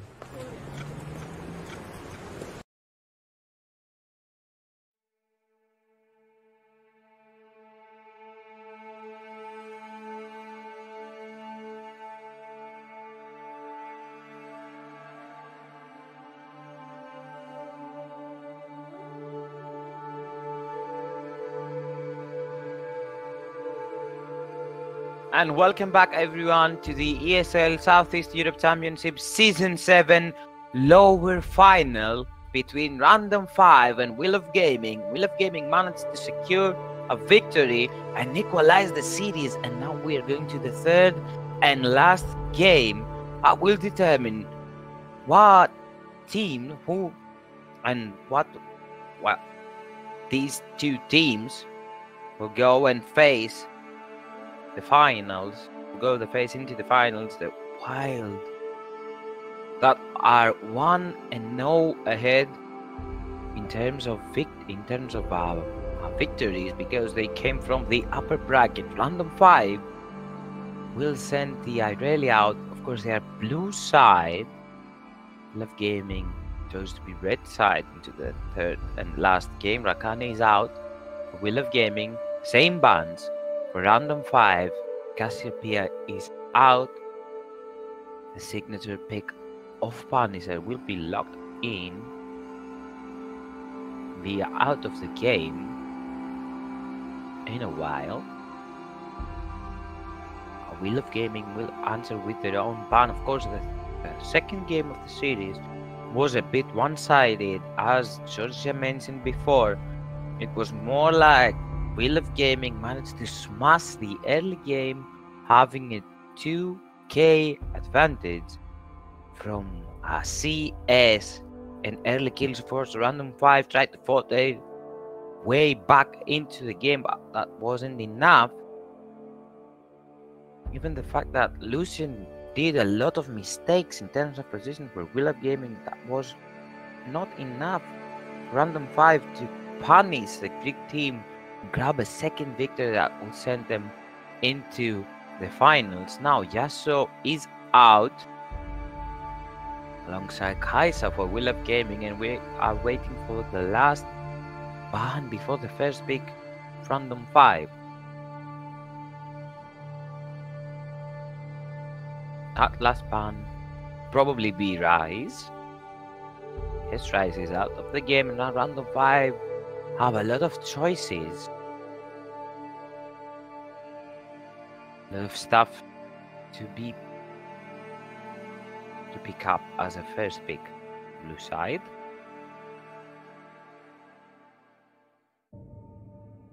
They take their time. He will lock in the Braum as the first pick. Now Will of Gaming can grab two really strong picks, but they need to be blind pick. If they pick up their carry, such as the Lucian, of course that's a really clever choice for Will of Gaming. You do not want to give that Lucian next to the Braum for Random 5 in the bot lane. So you grab that Lucian, you have Kaisa ban, so that means Random 5 needs to go towards a funnel composition or towards another ADC in the bot lane. The Fiddlesticks also joins a Will of Gaming composition, probably because it's a really strong pick, and it's something like a pick that Wild Panda enjoys in the bot lane of Will of Gaming. So Lucian and Fiddlesticks are going probably into the bottom lane for Will of Gaming, and on the other side, Random 5 need to solve the ADC, probably, or the partner in crime for Braum in the bot lane, if it is so. Because if they go for a funnel composition, we need an ADC / jungler, but they are going for the standard straight up teamfight composition with the Braum and the Draven in the bot lane. Draven is heavy favorite from the changes into the crit items and the new items that have been added into the Summoner's Rift. So that means Draven is a decent pick. Of course, we have seen Freezy for Royal Bandits into the Turkish LCS being really strong with this one, especially into the Rift rivals, knocking down great opponents such as Gigabyte Marines, for example. Of course, we should say that Royal Bandits have lifted trophy into these Rift rivals matches. Zoe is going to be locked in for Will of Gaming. So let's have a look at the composition so far as we wait for the bans to show up for both of these teams. What you see, the Zoes is a really big threat in the mid lane. For Will of Gaming, you have the Fiddlestick Spoke and the follow-up with the ultimate. You have the Lucian that can dance around into the fight. So of course, Gagai needs to be really careful because their positioning in the last game was had a lot of troubles into positioning himself right before the fights. Now Random 5 have a lot of lockdown potential with the ultimate Glacial Prison from the Sejuani. Of course, you have the Braum, the knockup from the Braum. Draven can do a lot of damage. CC Trundle, LeBlanc, and now Malzahar is going out of the game. Pretty textbook right here. 3, 6 mid laners out. If you add the Kai'Sa, that could potentially play Funnel as well. That is 7 mid laners banned into this game. That is definitely a mid game oriented game. Like, both teams seem to be scared of the mid laners of each other's team, but the Draven coming in extremely mobile. Yes, he's very good, especially ADCs that need to scale because he's a very early game ADC. But one, his auto attacks are pretty slower because he needs to catch the axe, throw the auto attack to pop the concussive blows. Okay. And second, that's more than interesting. That is, I'm telling you, if we saw, actually, we do see the Sejuani that kind of made a comeback recently. She was out of the meta again. So if we actually put the Sejuani in the previous seasons, when Kayn was meta as well, we would say that these two junglers are playing 2 seasons behind. Lee Sin on the one side, Nidalee on the other, Sejuani now, Kayn here. Like we said before, everything is possible in this meta right now. Everything is actually good if you know how to put it into a draft, if you know how to put it into a team comp, if it fits the team comp. And Random 5 just broke the blue streak with the champions, and they picked the pink Mundo for the top lane. And Will of Gaming are going for the Aatrox in the top lane once again. And I was about to say that, but Pipesa in the mid lane for Random 5, his own signature champion is Anivia, such as Cassiopeia for the Punisher. We have seen great things from Pipesa, but Anivia needs to scale up in order to have an impact in the game. So if Will of Gaming focus in the mid lane, like constantly ganking the mid lane and draining the resources out of Anivia, trying to burn the waves in the mid lane, forcing flashes or teleports back into the lane. Buffs. So that means Anivia will be really late into scaling, and Will of Gaming should win the mid lane scaling matchup because Zoe is really strong in the mid game. Like, with 2 items can blow up squishy targets such as Draven, for example. I mean, at the start of the game, you don't really have the scaling right there onto their tanks. They have picked 3 tanks, and the Anivia late game, if she goes for the Seraphs, which she will, she goes for the Rod of Ages, which she might actually do as well. She's not one of the squeeziest mid lanes that there are, so we see that it's kind of like tanks versus full DPS team, and you just have the Soul Draven and the Anivia that can put out so much damage into the late game. But like you said, if you're Will of Gaming, you have to deny the Anivia, you have to pull the teleports, you have to constantly push her lane. And Zoe is a champion that internationally is very highly contested as well, and she has huge wave clear with her Q as well. And if the game manages to enter Sejuani's jungle and be able to steal that precious blue buff early game from the Anivia, it will be a very good win scenario for Will of Gaming. On the other hand, if Random 5 manages to turtle the whole game and scale their tanks, you have a beefy Mundo, beefy Sejuani, and the Braum very tanky to the late game, then who's actually gonna reach the back in the backline, the Draven and the Anivia? It's gonna be messy because Will of Gaming need to finish this game before 30 minutes. Random 5 need to scale and need to stall this game after 30 minutes, because for me that's the break point for Will of Gaming's composition. Yes, they will do a lot of damage at 30 minutes, but Random 5 can survive the initial engage and then throw back, re-engage. So I mean, Braum can re-engage, Mundo can re-engage, Sejuani can re-engage, and there's no frontline tank for Will of Gaming. Aatrox can be a little bit tanky, and Kayn, if he goes for the tanky version of Kayn and not the assassin mode. But I think that the assassin mode is a pretty favorite for the jungler of Will of Gaming right now.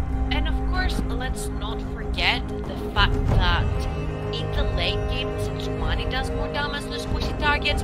Mundo definitely does a lot of damage to squishy targets. So it's not just them actually ending up being really huge tanks and sitting in the front line and taking all the damage. It's actually them being able to output more damage, because the more you level up your spells, the more damage they do.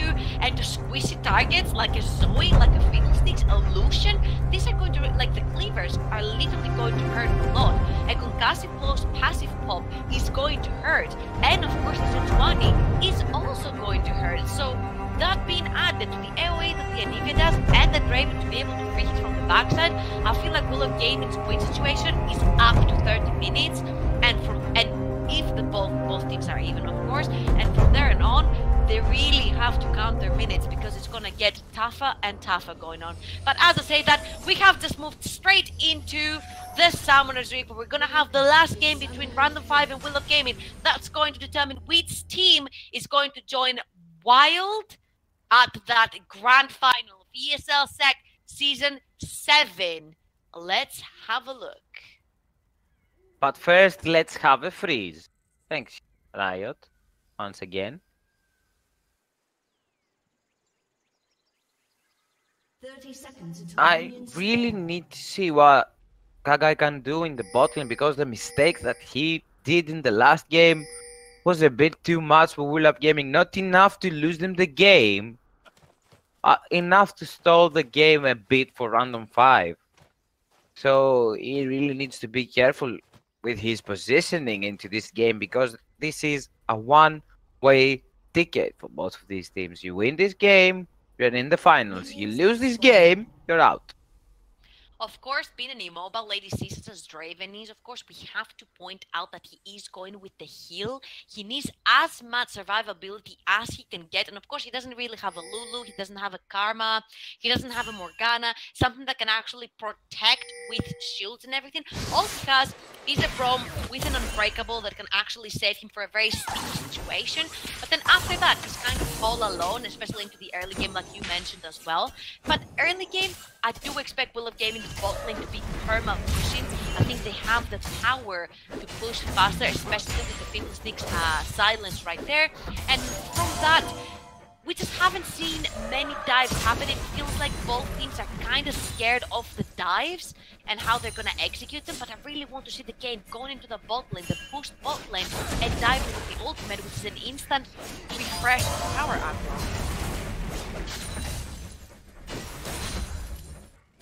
See, Fiddlesticks and Lucian is pushing. And of course, Sejuani is going for the juicy grab. And I think that Sejuani can pay visit in the top lane right now.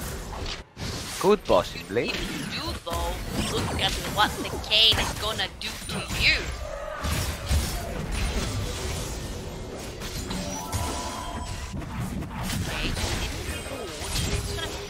very late start of the red buff, but as you can see, his bot lane is unable to follow. They have, Will of Gaming have mid lane priority and bot lane priority right here.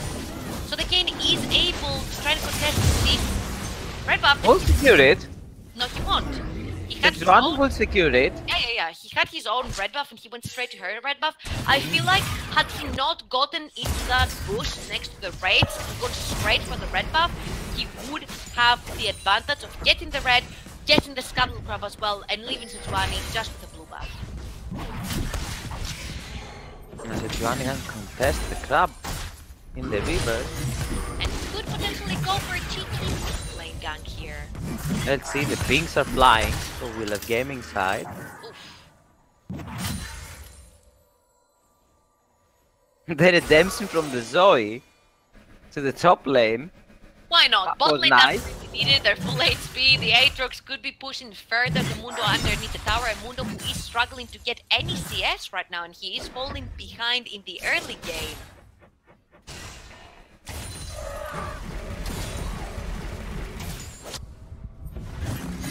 I don't know, for me as an ADC it would be very frustrating trying to last in 6 throwing silences all the time into my minions, but it feels like the bot lane of Will of Gaming have already found out how to do this. But we have a 1v1 and a slight freeze. And a slight freeze that both of them has not enough damage to finish off the kill. Of course, the Anivia has an ignite, not a teleport, so that means So there does the is... Zoe. But the Anivia does have an egg as well and forces the flash out of the That's huge for the mid lane, especially for the Sejuani. Don't worry, she will grab a flash from the floor. Yes, but then you need to be 100% on time to grab a perfect flash Floor, yeah. from the floor just to avoid the gank. And I think that Draven is having a really hard time in the bot lane. Braum has been forced to use the door. Trades in the top lane as expected. And I think that Draven might be in trouble. Oh, the Ignite for both of them. Fiddlesticks will secure the first kill of the game. Dies with the heal being used right there. You definitely don't want to be playing very close to the Fiddlesticks if you're so low and he has the ignite, and the Draven right there tries to move backwards. His Braum says, no, I actually want to push that Lucian out of Sejuani with a flash forward just to lock Zoe down. That's the chain CC. Pipasa will grab the kill. 1 for 1. 1 for 1, they managed to trade it. That is so crucial for the sort of Random 5, because if you remember last game they fell behind because they couldn't trade the kills.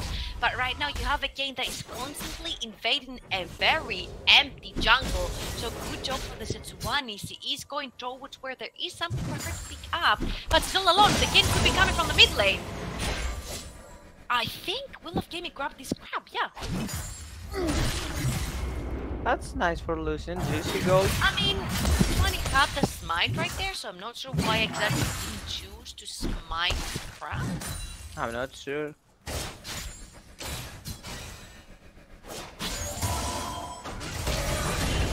Braum is walking forward, looking for the Lucian, but the instant fear from the Fiddlesticks. And I see that Will of Gaming are the proactive team once again. Close trades, look at the damage from the Anivia and Zoe.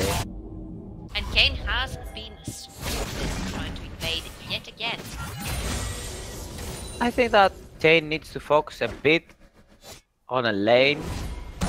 But Zoe is constantly pushing the Aatrox, is constantly pushing the only lane he can gank right now. It's the bottom lane. Both the teleports cancelled right there. Blue buff secured by the Anivia. That is very crucial, the fact that you are able to give your Anivia that blue buff. You see that she's a level above above the Zoe as well. So I feel like the win condition is sitting on that Anivia into the mid lane. But don't forget, it's an Anivia just with a tier. She is very squishy. The second Kayn gets into that lane. If a trouble bubble lands, well, then that's a lot of trouble for the Anivia because Sejuani is not around. It's definitely gonna be an egg in this situation. At least an egg.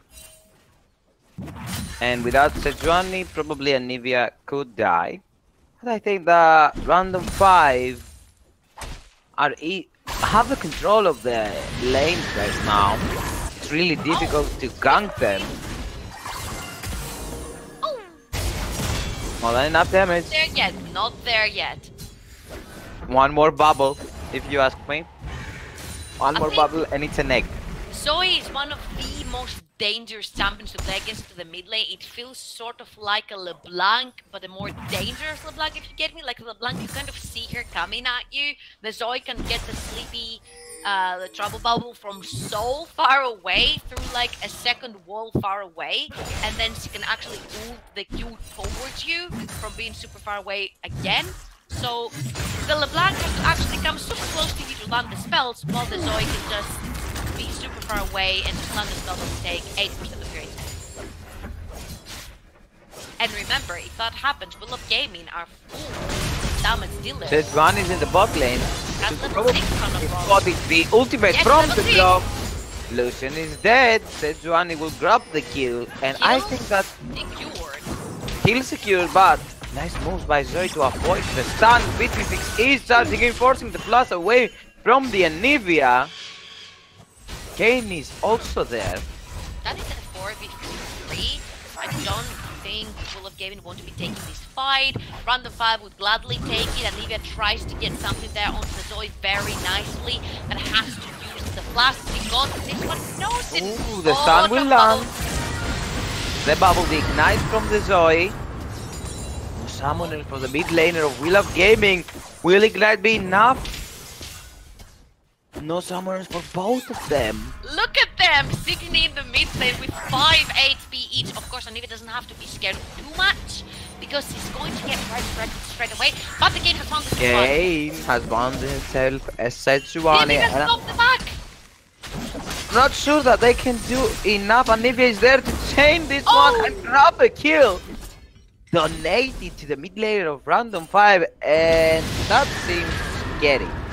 That was a clever invade from the side of the Kayn, but the Anivia stops her teleport on the last second to help her jungler. Yes, he doesn't have much HP, but he has enough mana to be able to stand in place, same as the Sejuani with the ultimate. Very well played right there from the mid laner and jungler from the side. Colin came out from the Lucian, but now Draven wants to trade. Look at this one. Not on point, the ultimate though. Remember, Draven is playing with the heal. His heal is up, so he wants to be taking these trades. But he plays against an Ignite. That means the healing effect is going way down if you are ignited. And look at that, the BT6 wants to find and engage. He wants somebody to walk through that bush right there. Braum is walking forward. The Q will land, but no follow-up. I've just not seen the game enough. This game feels like he's a bit, absent this game. Rather than the previous with Nidalee, he was sort of everywhere on the map, getting opportunities, creating things for Will of Gaming. Right now, he's more absent. He feels like he wants to be on a farm spree, which I don't know. BT6 in the mid lane with the Kayn. No flash to the Anivia, but the bubble will not land. Is Wall enough? Can they finish this one? The teleport will be cancelled for both the top laners. Shut down for the Zoe in the mid lane. The teleport was from Lucian and Lindo. Oh, not. You see the one-on-one, but the phone was very close. Look who else is there! Oh, the ultimate will be flashed from the Lucian. Quick reaction. That's funny, baby. Quick reactions. Again, you see that the jungler of Random 5 puts all his resources towards his bot lane, And mid lane is gonna lose yet another first tower if that push goes on. I think Anivia is too slow. Yep. You got that turret. Zoe has secured. I mean, you have your Anivia sitting on 2 kills. I would expect to try and punish the Zoe even more. Zoe that doesn't really have a flash. So all you have to do is bait the R with the Anivia stun right there. And then it's pretty much a free ultimate from the Sejuani. Try and punish her, put the Anivia ult down, and execute her with the E. And I think trying to play... Yes, I understand why you want to play towards the bot lane. You have the stacks on the Draven. Draven is an early game champion. He needs to cash in super early into the game, or there's literally no point into him going towards the late game. And now you see that he's already 30 CS behind. And it's gonna be really hard to 1-5. Sejuani again into the bot lane. A lot of focus for Random 5 jungler in the bot lane. Anivia will secure a second blue buff. But I was expecting Kayn to be a bit more proactive in the early game. I'm not sure though. I don't think I haven't seen Kayn for a while. You haven't seen what? Kayn? I don't think we have seen Kayn almost at all in the game. Like 40 minutes into the game, we haven't really seen Kayn trying to create an opportunity or a gank on a side lane or something for his team. But he did the move when it matters. Got the Anivia into the mid lane with the sticks and the Zoe, managed to get first tower. And if I'm not mistaken, they might be setting up for this Cloud Drake as well. I mean, not the best of the Drakes, but like we said, Drake always counts. Exactly. The Drake is always Drake. And we do see here that they are pulling 2,500 gold ahead as well. That is a good lead for a mid-game oriented comp, but not enough to make a difference yet.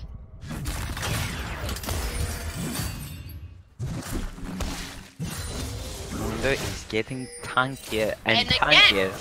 Sejuani into the bot lane. But now Kayn is also into the bot lane, so himself up. Oh boy, they could do another don't know that Sejuani is in the bottom lane.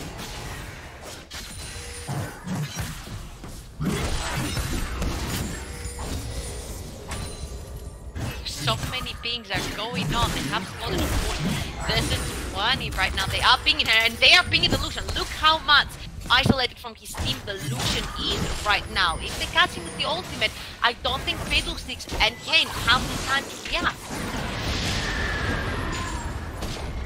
Anivia has a bit of trouble. It's so to hard. land the CC. Exactly. Zoe. Oh, they got the Kayn though. Is a bit too forward, but the stun will land right now. But Aatrox is right there. The teleport has been forced by and cancelled by the way. Oh, the 1v1 between the ADCs forcing the heal from the Draven and the flash, and I think Fiddlesticks will catch him. The flash and ignite straight out of the solo queue. Nice move by the Fiddlesticks. And right now you could say that Will of Gaming are starting to establish a little bit of control into the lane. Zoe understands that Sejuani is right there, has been spotted by Woods as well, so don't want to overdo it. And look at that death push that is being set up. They got the Zoe! They have got the Zoe, 1 kill secure by the Anivia. I think that Zoe couldn't even react. Yeah. And I was saying how clever it was for the Zoe. She walked back to her towers, she briefly saw the Sejuani, she's like, okay, I'm gonna back off, I don't wanna die, and then pushes back into the mid lane again. Little bit questionable for the mid laner of one game. They will lose a turret in the mid lane for that. Not just a kill, Aatrox is again there, Anivia has no flash. Has the egg, is coming in, the stopwatch. What can Sejuani do to protect the mid laner? I think both of them are going down right now. And first kill will be up, and I think Kayn will secure the second one. Will of Gaming are in this driving. And look who is carrying carrying, quote unquote, right now. Wheel of Gaming to victory so far. 3-0-2 onto that party fiddlesticks.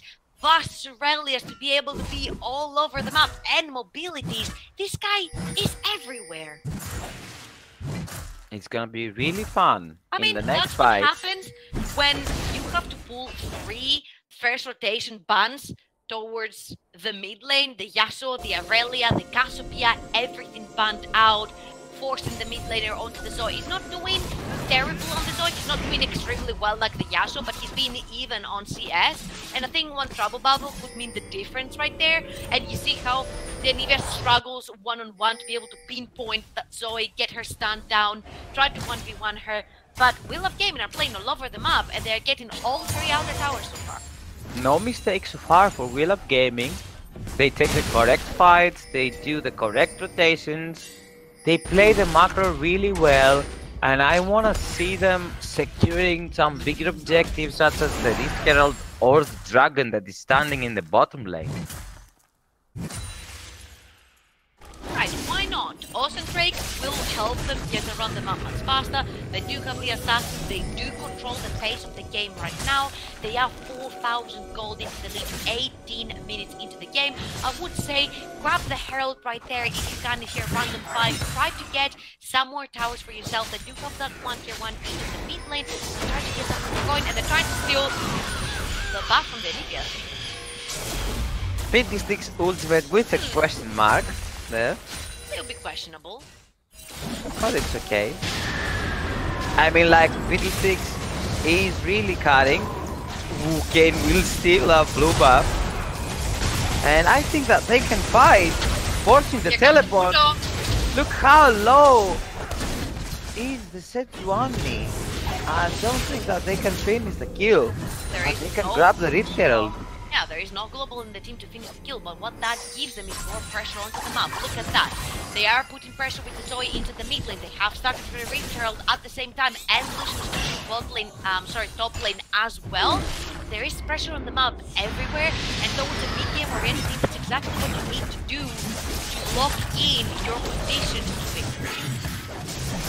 That's nicely played by Wheel of Gaming.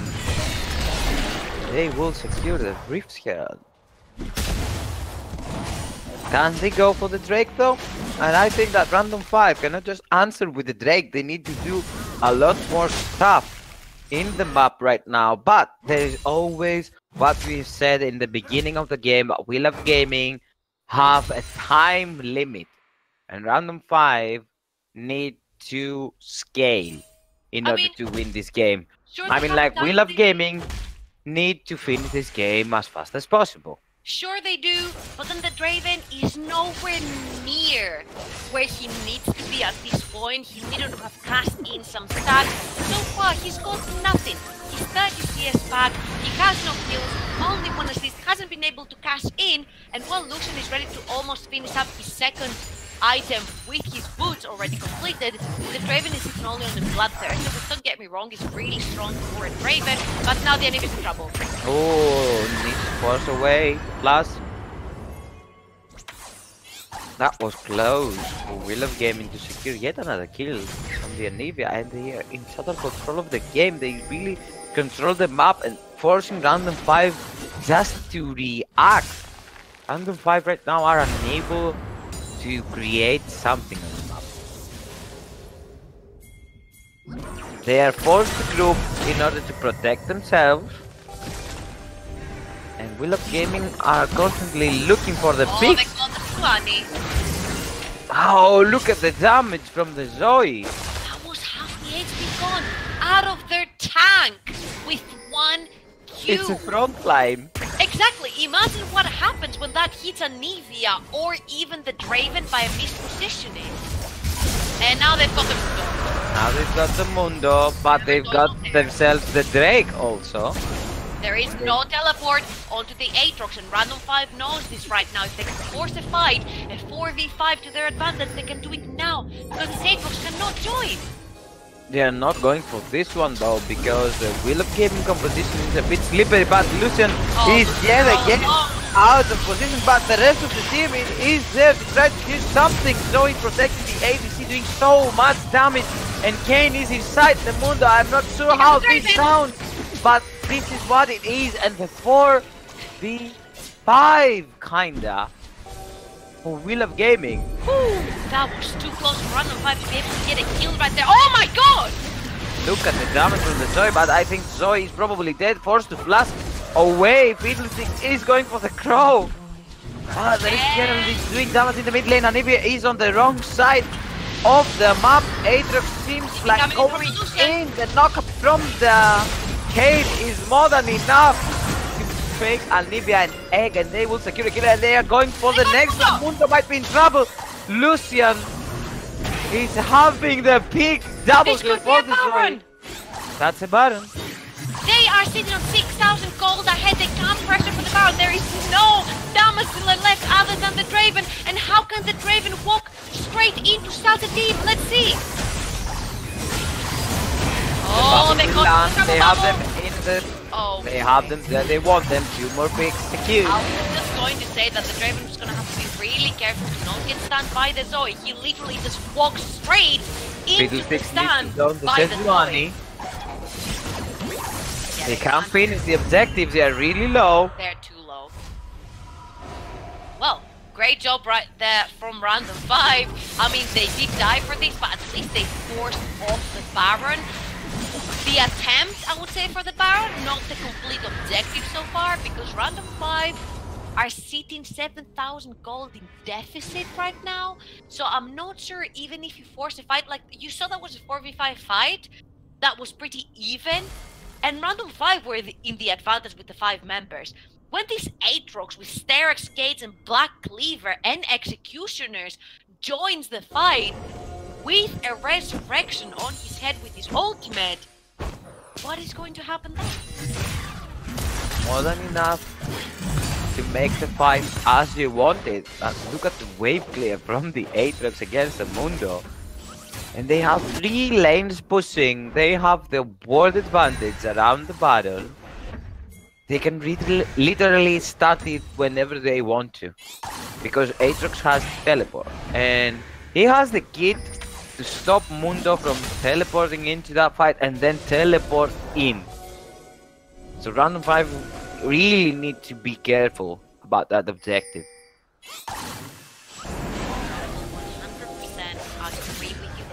Careful, but also if you force Wheel of Gaming to do the Baron, they are very squishy. Yes, Baron has been nerfed with the damage, but still you can't take too much. The Anivia could come in and put exactly on the entrance of the Baron her ultimate right there. Sejuani landing right on top, and the Draven. Oh, they have found themselves a Sejuani. The bubble will land. Rob is trying to protect her, but Sejuani will be exploded, and they're chasing for more kills. Fiddlesticks is jumping in. I think Rom is dead. That's huge from Cave. 1 more kill picked up.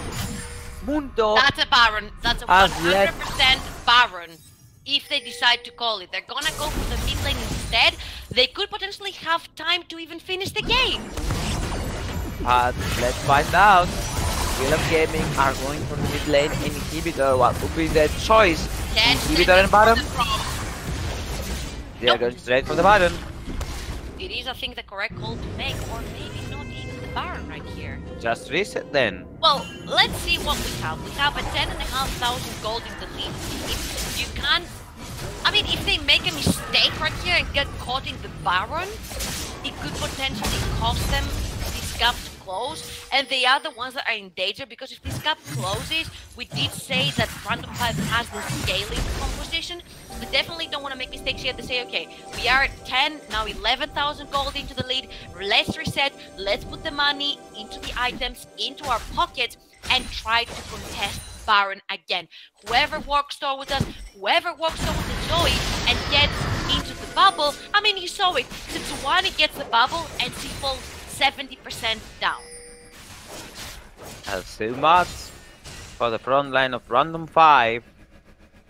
And they really need to be careful right now.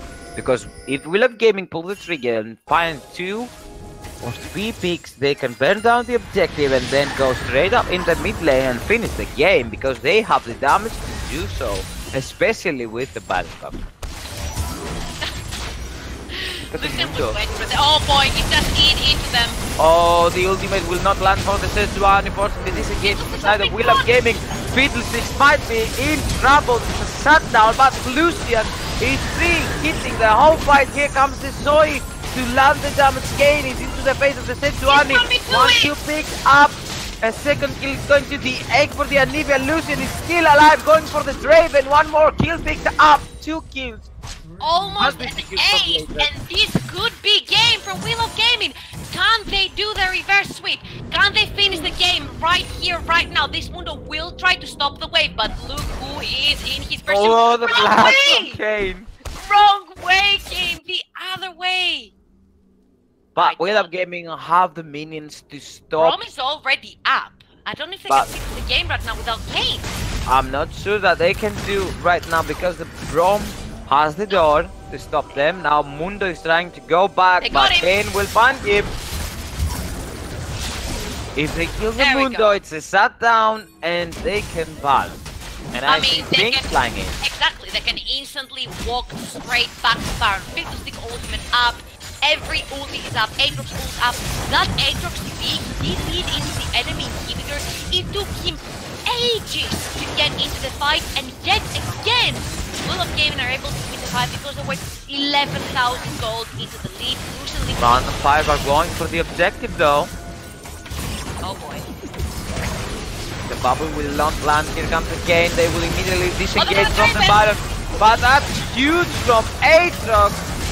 Draven is dead. Brom will eventually follow, and they are going for the 6-1. Of course, Fiddlesticks is trying to survive in 1v1 from the Anivia. They will just let Sejuani leave.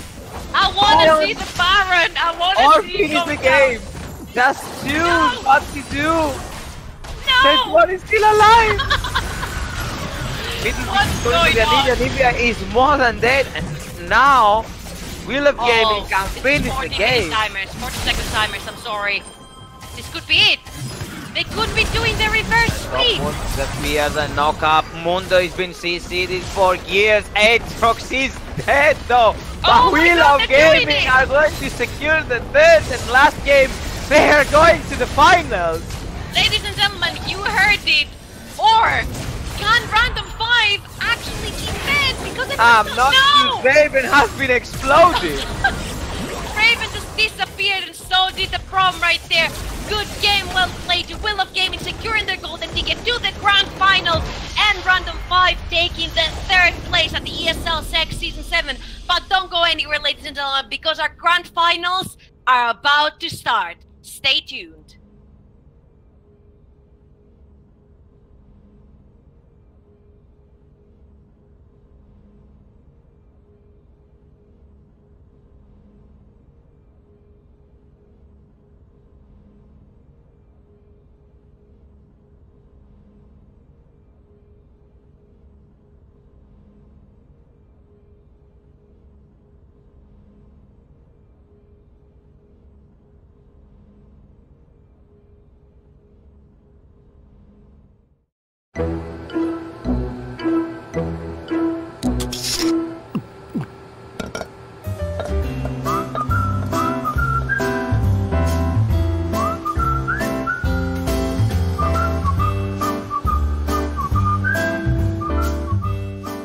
Red Bull gives you wings.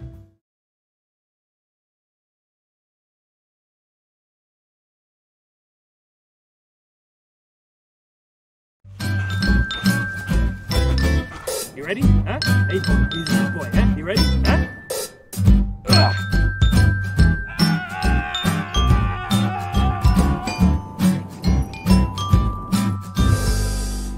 Start your esports career now at play.eslgaming.com.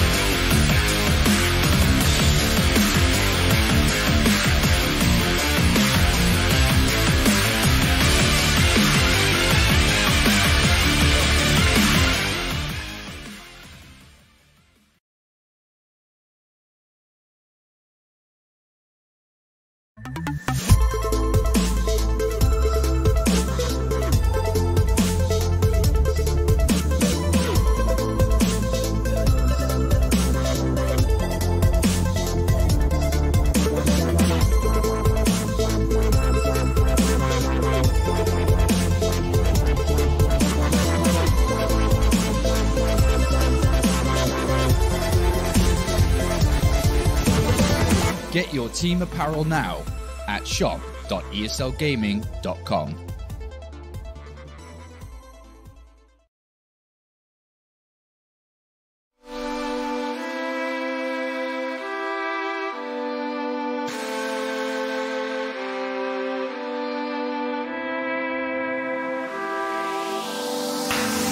We are forever learning, one step at a time.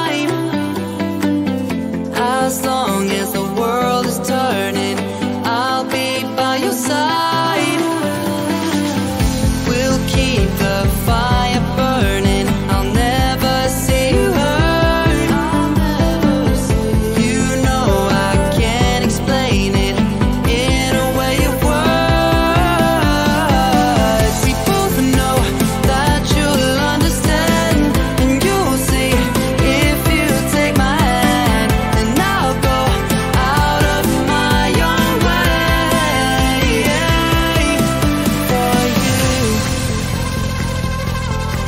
for you. I'll go out of my own way.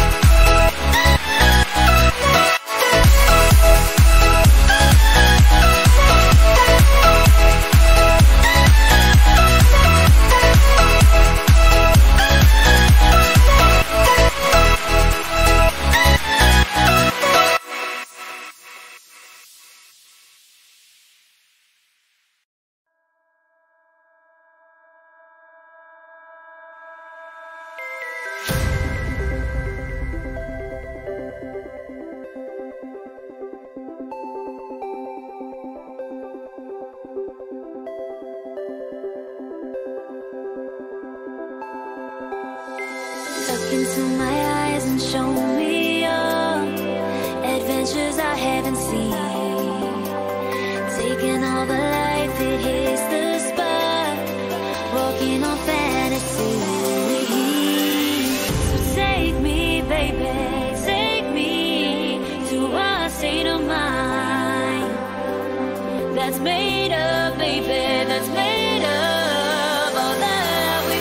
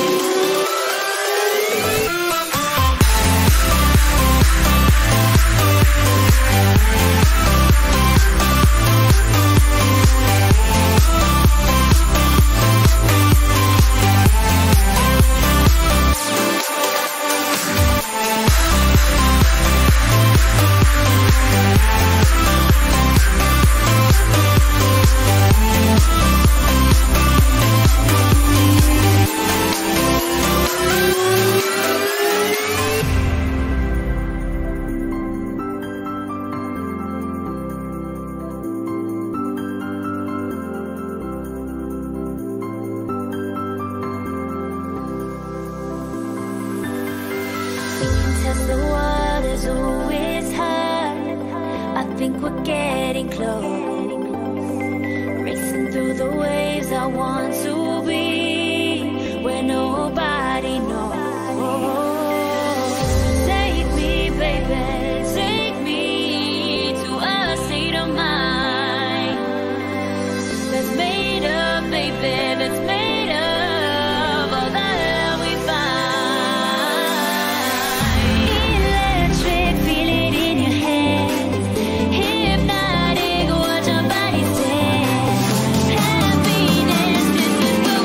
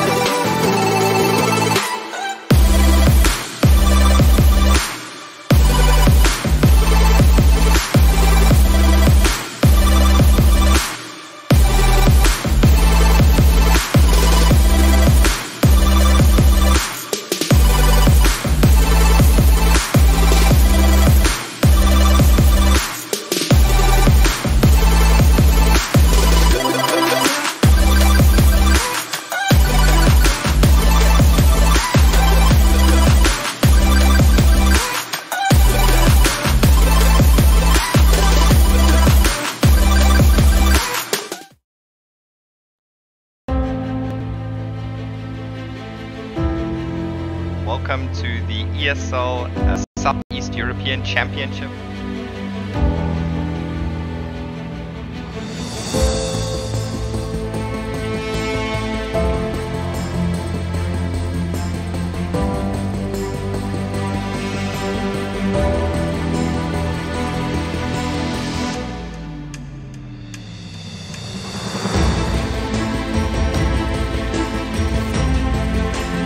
Gotta be honest though, I mean at this point it is a chance for Sinners to get... How has he been able to just shift through like that? He's not giving up. He will, maybe another ace on the... Oh man! 4 kills, 1 player left. Oh! And the ace.